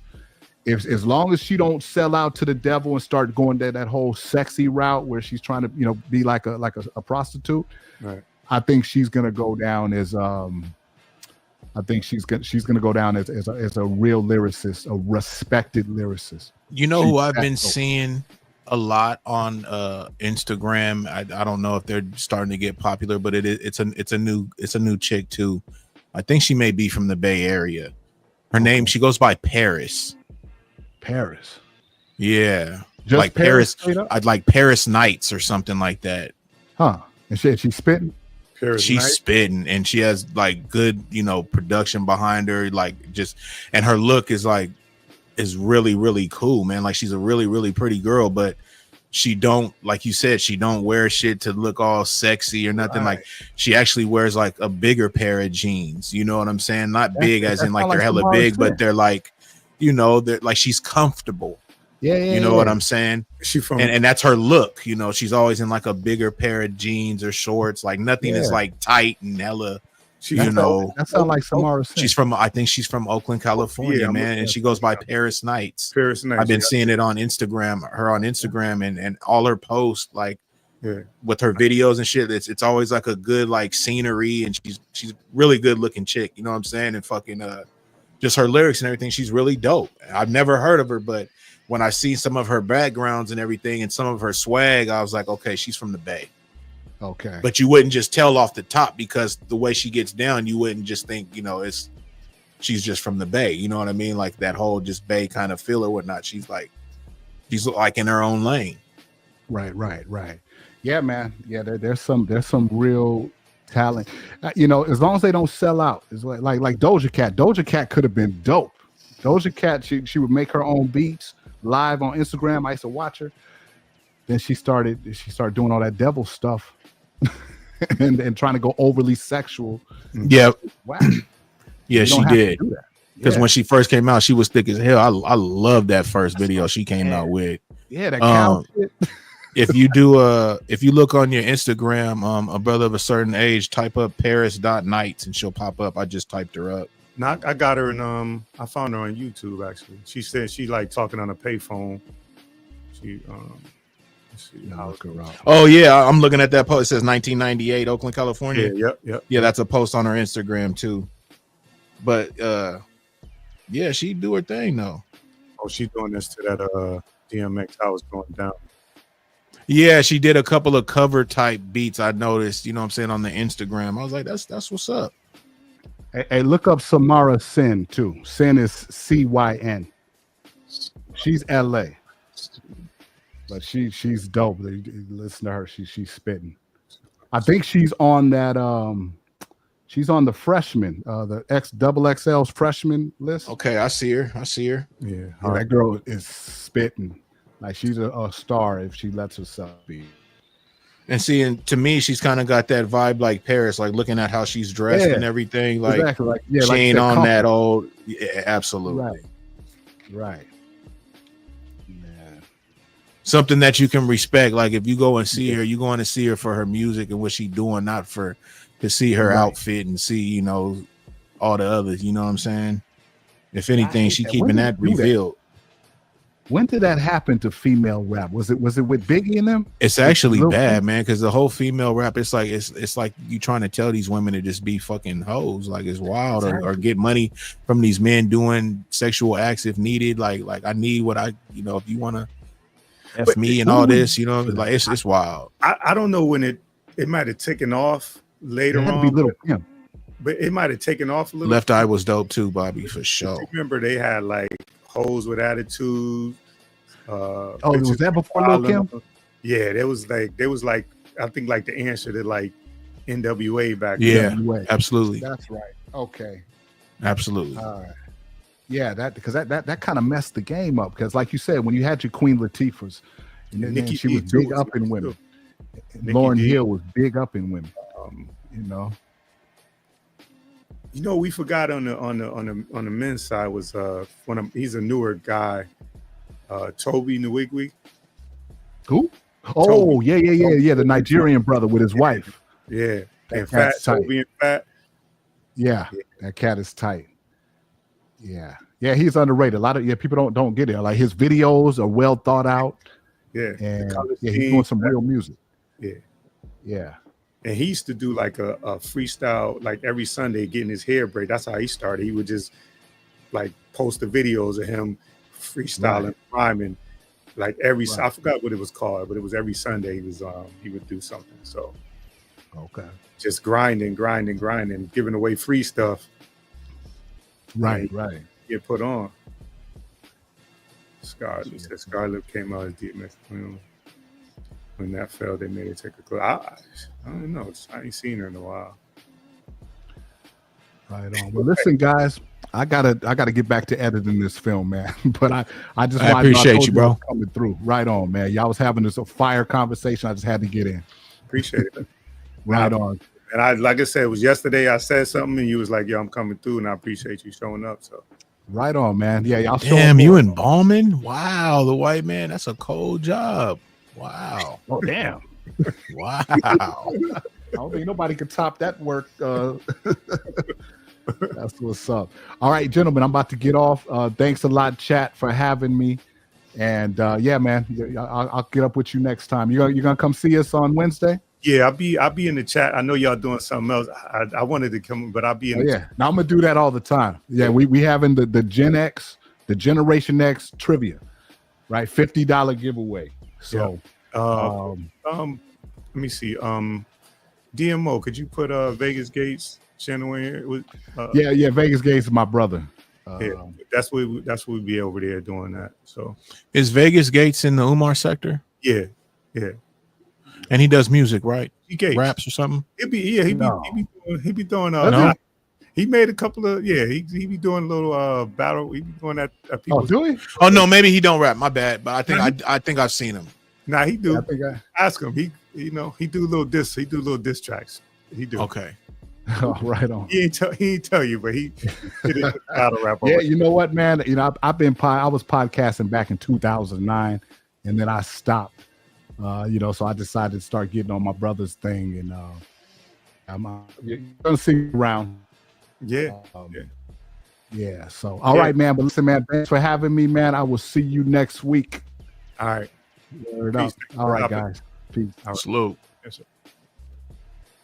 That was dope. Yeah, man. I'm gonna wrap it up. 2 hours and 34 minutes. Hell yeah, shit. That's what's up. Yeah, man. And like I said, you picked a hell of a topic, man. People engage with it, man. I know you have like saying to me, "Hey, man, let's do that hip hop." Hey, you said it a couple of times. I was like, "Let me," you know what I'm saying? I didn't want you to be like, "Man, this dude, he playing games." So we did probably about like 5 hours between doing 2.5 on your joint and then coming over here. So, and we only touched on hip hop. There's so much other stuff we could do. Absolutely. I was supposed to be doing something with TMK Media over here. We was going to do something how the music is medicine, how we use it, to help us in certain times and make us feel a certain way. But we're still working on that behind the scenes. And then I got something I'm doing with AI. It's AI versus a brother of a certain age. I got this website that I'm gonna pull up on the panel, and it's AI. They got a male and a female, and we gonna chop it up, ask us some questions and all of that. Man, I had the Radio Shack fucking book. I love that book. I wanted the 2-channel one.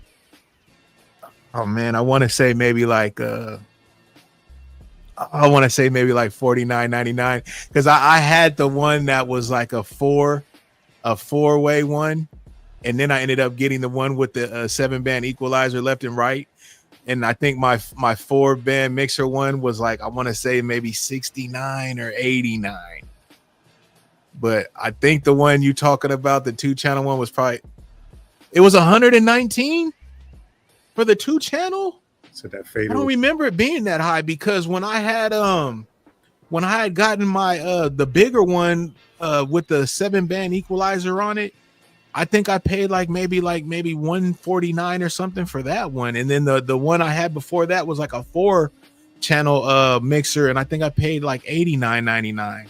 And then Good Guys had theirs, and they was Atus, ATUS, and they were selling damn near like the same type, but it was just their brand. But man, I didn't know 119, huh? Wow, I had that all wrong. But I had that Radio Shack book, man. I lived by it. I loved that Radio Shack book, bro. It was like, I want to say almost like 150 pages, man, and it just had all their stuff. Yeah, all their stuff. What was the wait time on that back then, man? I never ordered because I always went to a Radio Shack, and what they had in there, they always had what I wanted. Okay. So like I would get like my needles for the turntables there. I remember getting like a strobe light there. You know what I'm saying? They had everything up in there. Speaker replacement type stuff, tweeters, and the little home crossovers that you can, you know, for your the home stereo system. Like I used to get all kind of stuff from there. You know what I'm saying? So, but I never had to order anything. Everything that I wanted, I was able to get at the store. He's just checking. He said he's checking. You making sure.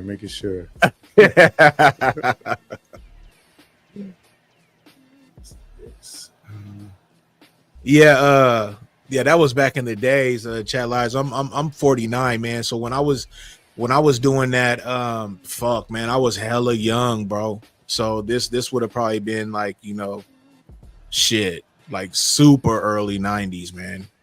Super early 90s, because towards the ending of the 90s, you know, I really wasn't doing too much Radio Shack stuff no more. But yeah, the Radio Shack was my spot. But go ahead, man. I know you was talking about shutting it down and everything. Go ahead. Yeah, no, just let y'all rock, man. He threw. No, I'm just answering this question. Yeah, he threw a question out there. You know what I'm saying? For sure. Trying to make sure you legit. Bobby called you. Yeah, I know, but you know, it's all right. It's all right.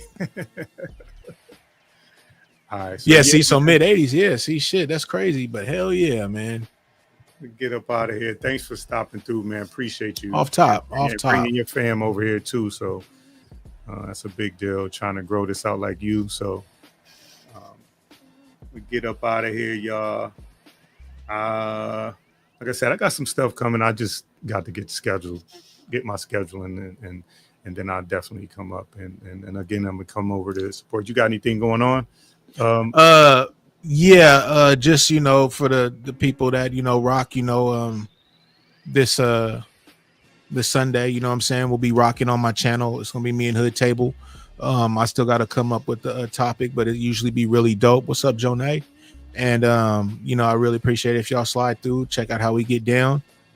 And yeah, that's what I got going. So that'll be did I say Saturday? I meant to say Sunday. So that'll be Sunday at 7 Pacific Standard Time. All right. Vibrant, could you Triggs could you put Big Rig's channel in the chat? Oh, Vibrant, my shit, she know that thing. Vibrant, yeah. she'll drop it. Appreciate you, Vibrant. Y'all do that before we get up out of here. Y'all go over there and sub. Good chill spot over there. Good conversations. And then when you and Hood be doing y'all thing. Iceberg Slick said, man, I get off and y'all start talking about Radio Shack. Hey, check this out, Slick. Real talk, bro. That was my favorite catalog book, was the Radio Shack one, man. I swear to God, as a young kid, man, I always was going through that book like, I'm gonna get this, I'm gonna get this, I'm gonna get this. And that's what I would do. I'd save up my money or whatever I was doing, and I would get it my DJ needs. Even when I started getting into other things, man, like how I said with the crossovers for the inside of the speaker, like, you know, trying to build speaker boxes and stuff like that. Like Radio Shack was the go-to, man. They had everything. They had everything, man. Even my remote control car. I had a remote control tank I got from Christmas from Radio Shack. Go ahead. I used to get this thing from Radio Shack in a former life. It was it made the noise like the coins for the payphone. Mm-hmm.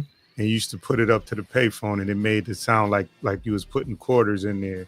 So that's what we used to get that to make because you know, I think it was like 10 cents to make a local call, but anything past local was like 25 cents, and then you had to keep putting money in. So it's like this little circle thing. You put it up to the phone, to the phone, and it make that little noise like a quarter. And I used to get my free phone calls years and years ago. Well, let me just, since you done brought that up, let me just bring up something real quick before we close this out, because I'm sure some people know this. This was my middle school hustle. I would go ahead and get that dollar, right? I'd go ahead and get that tape, right? And I'd go ahead and put tape on both sides, you know what I'm saying, on one end of that dollar. And I would go to the Coke machine, you understand me? And I would put that dollar in that Coke machine. Boy, that dollar go in there, and I'd bring that dollar right back out with the tape. I get my free soda, and I get 40 cents on top of that. Yeah. So, you know, that was my old school, middle school hustle, man. I tried to do it a couple of times at the when you get a change, but those machines they cutthroat. The change machines, they take that dollar, boy. You try to pull something out, it's getting ripped. You know what I mean?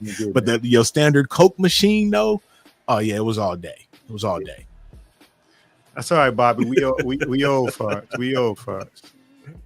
Oh man. But shout out to you, man. I appreciate you having me up, man. Shout out to everybody in the chat, man. Appreciate the engagement. Shout out to y'all giving us the likes, man, and just rocking out with us tonight, man. For real, for real. Hopefully, you know what I'm saying, we get down again, you know what I'm saying, another time or something, you know, brother. You know, I'm always down, you know what I'm saying, to do anything, bro, and rock with you. You got a good vibe and shit, you feel me? So whenever you're trying to do something, man, just, you know, let me know, man. We can get it going. Yeah, we connected now, so we'll do it again. For sure. All right, brother.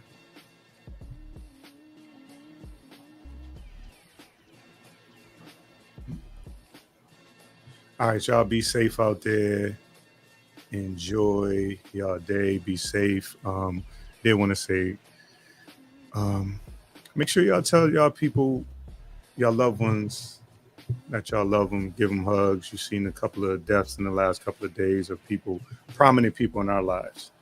You know, with Ozzy Osbourne, Malcolm Jamal Warner, and Hulk Hogan. Those are, whatever you feel about them personally, or you know, those are, you know, when people that was part of your childhood pass away, kind of brings you back. You know, so just give y'all family hugs. Make sure y'all tell y'all people y'all love them. Don't leave anything unsaid. It's the main thing. Don't leave anything unsaid. All right, y'all, I'm out. Yeah.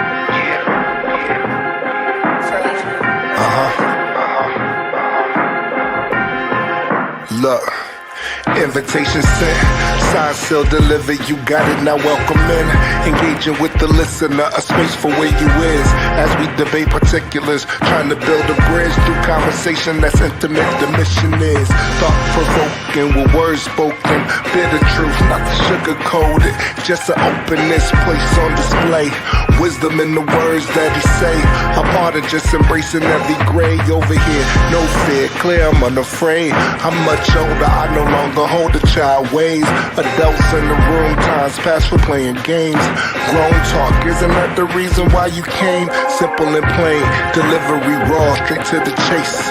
Better than before, learning from your yesterdays. Introducing insight, influence, be amazed by a brother of a certain age. Now rock with him.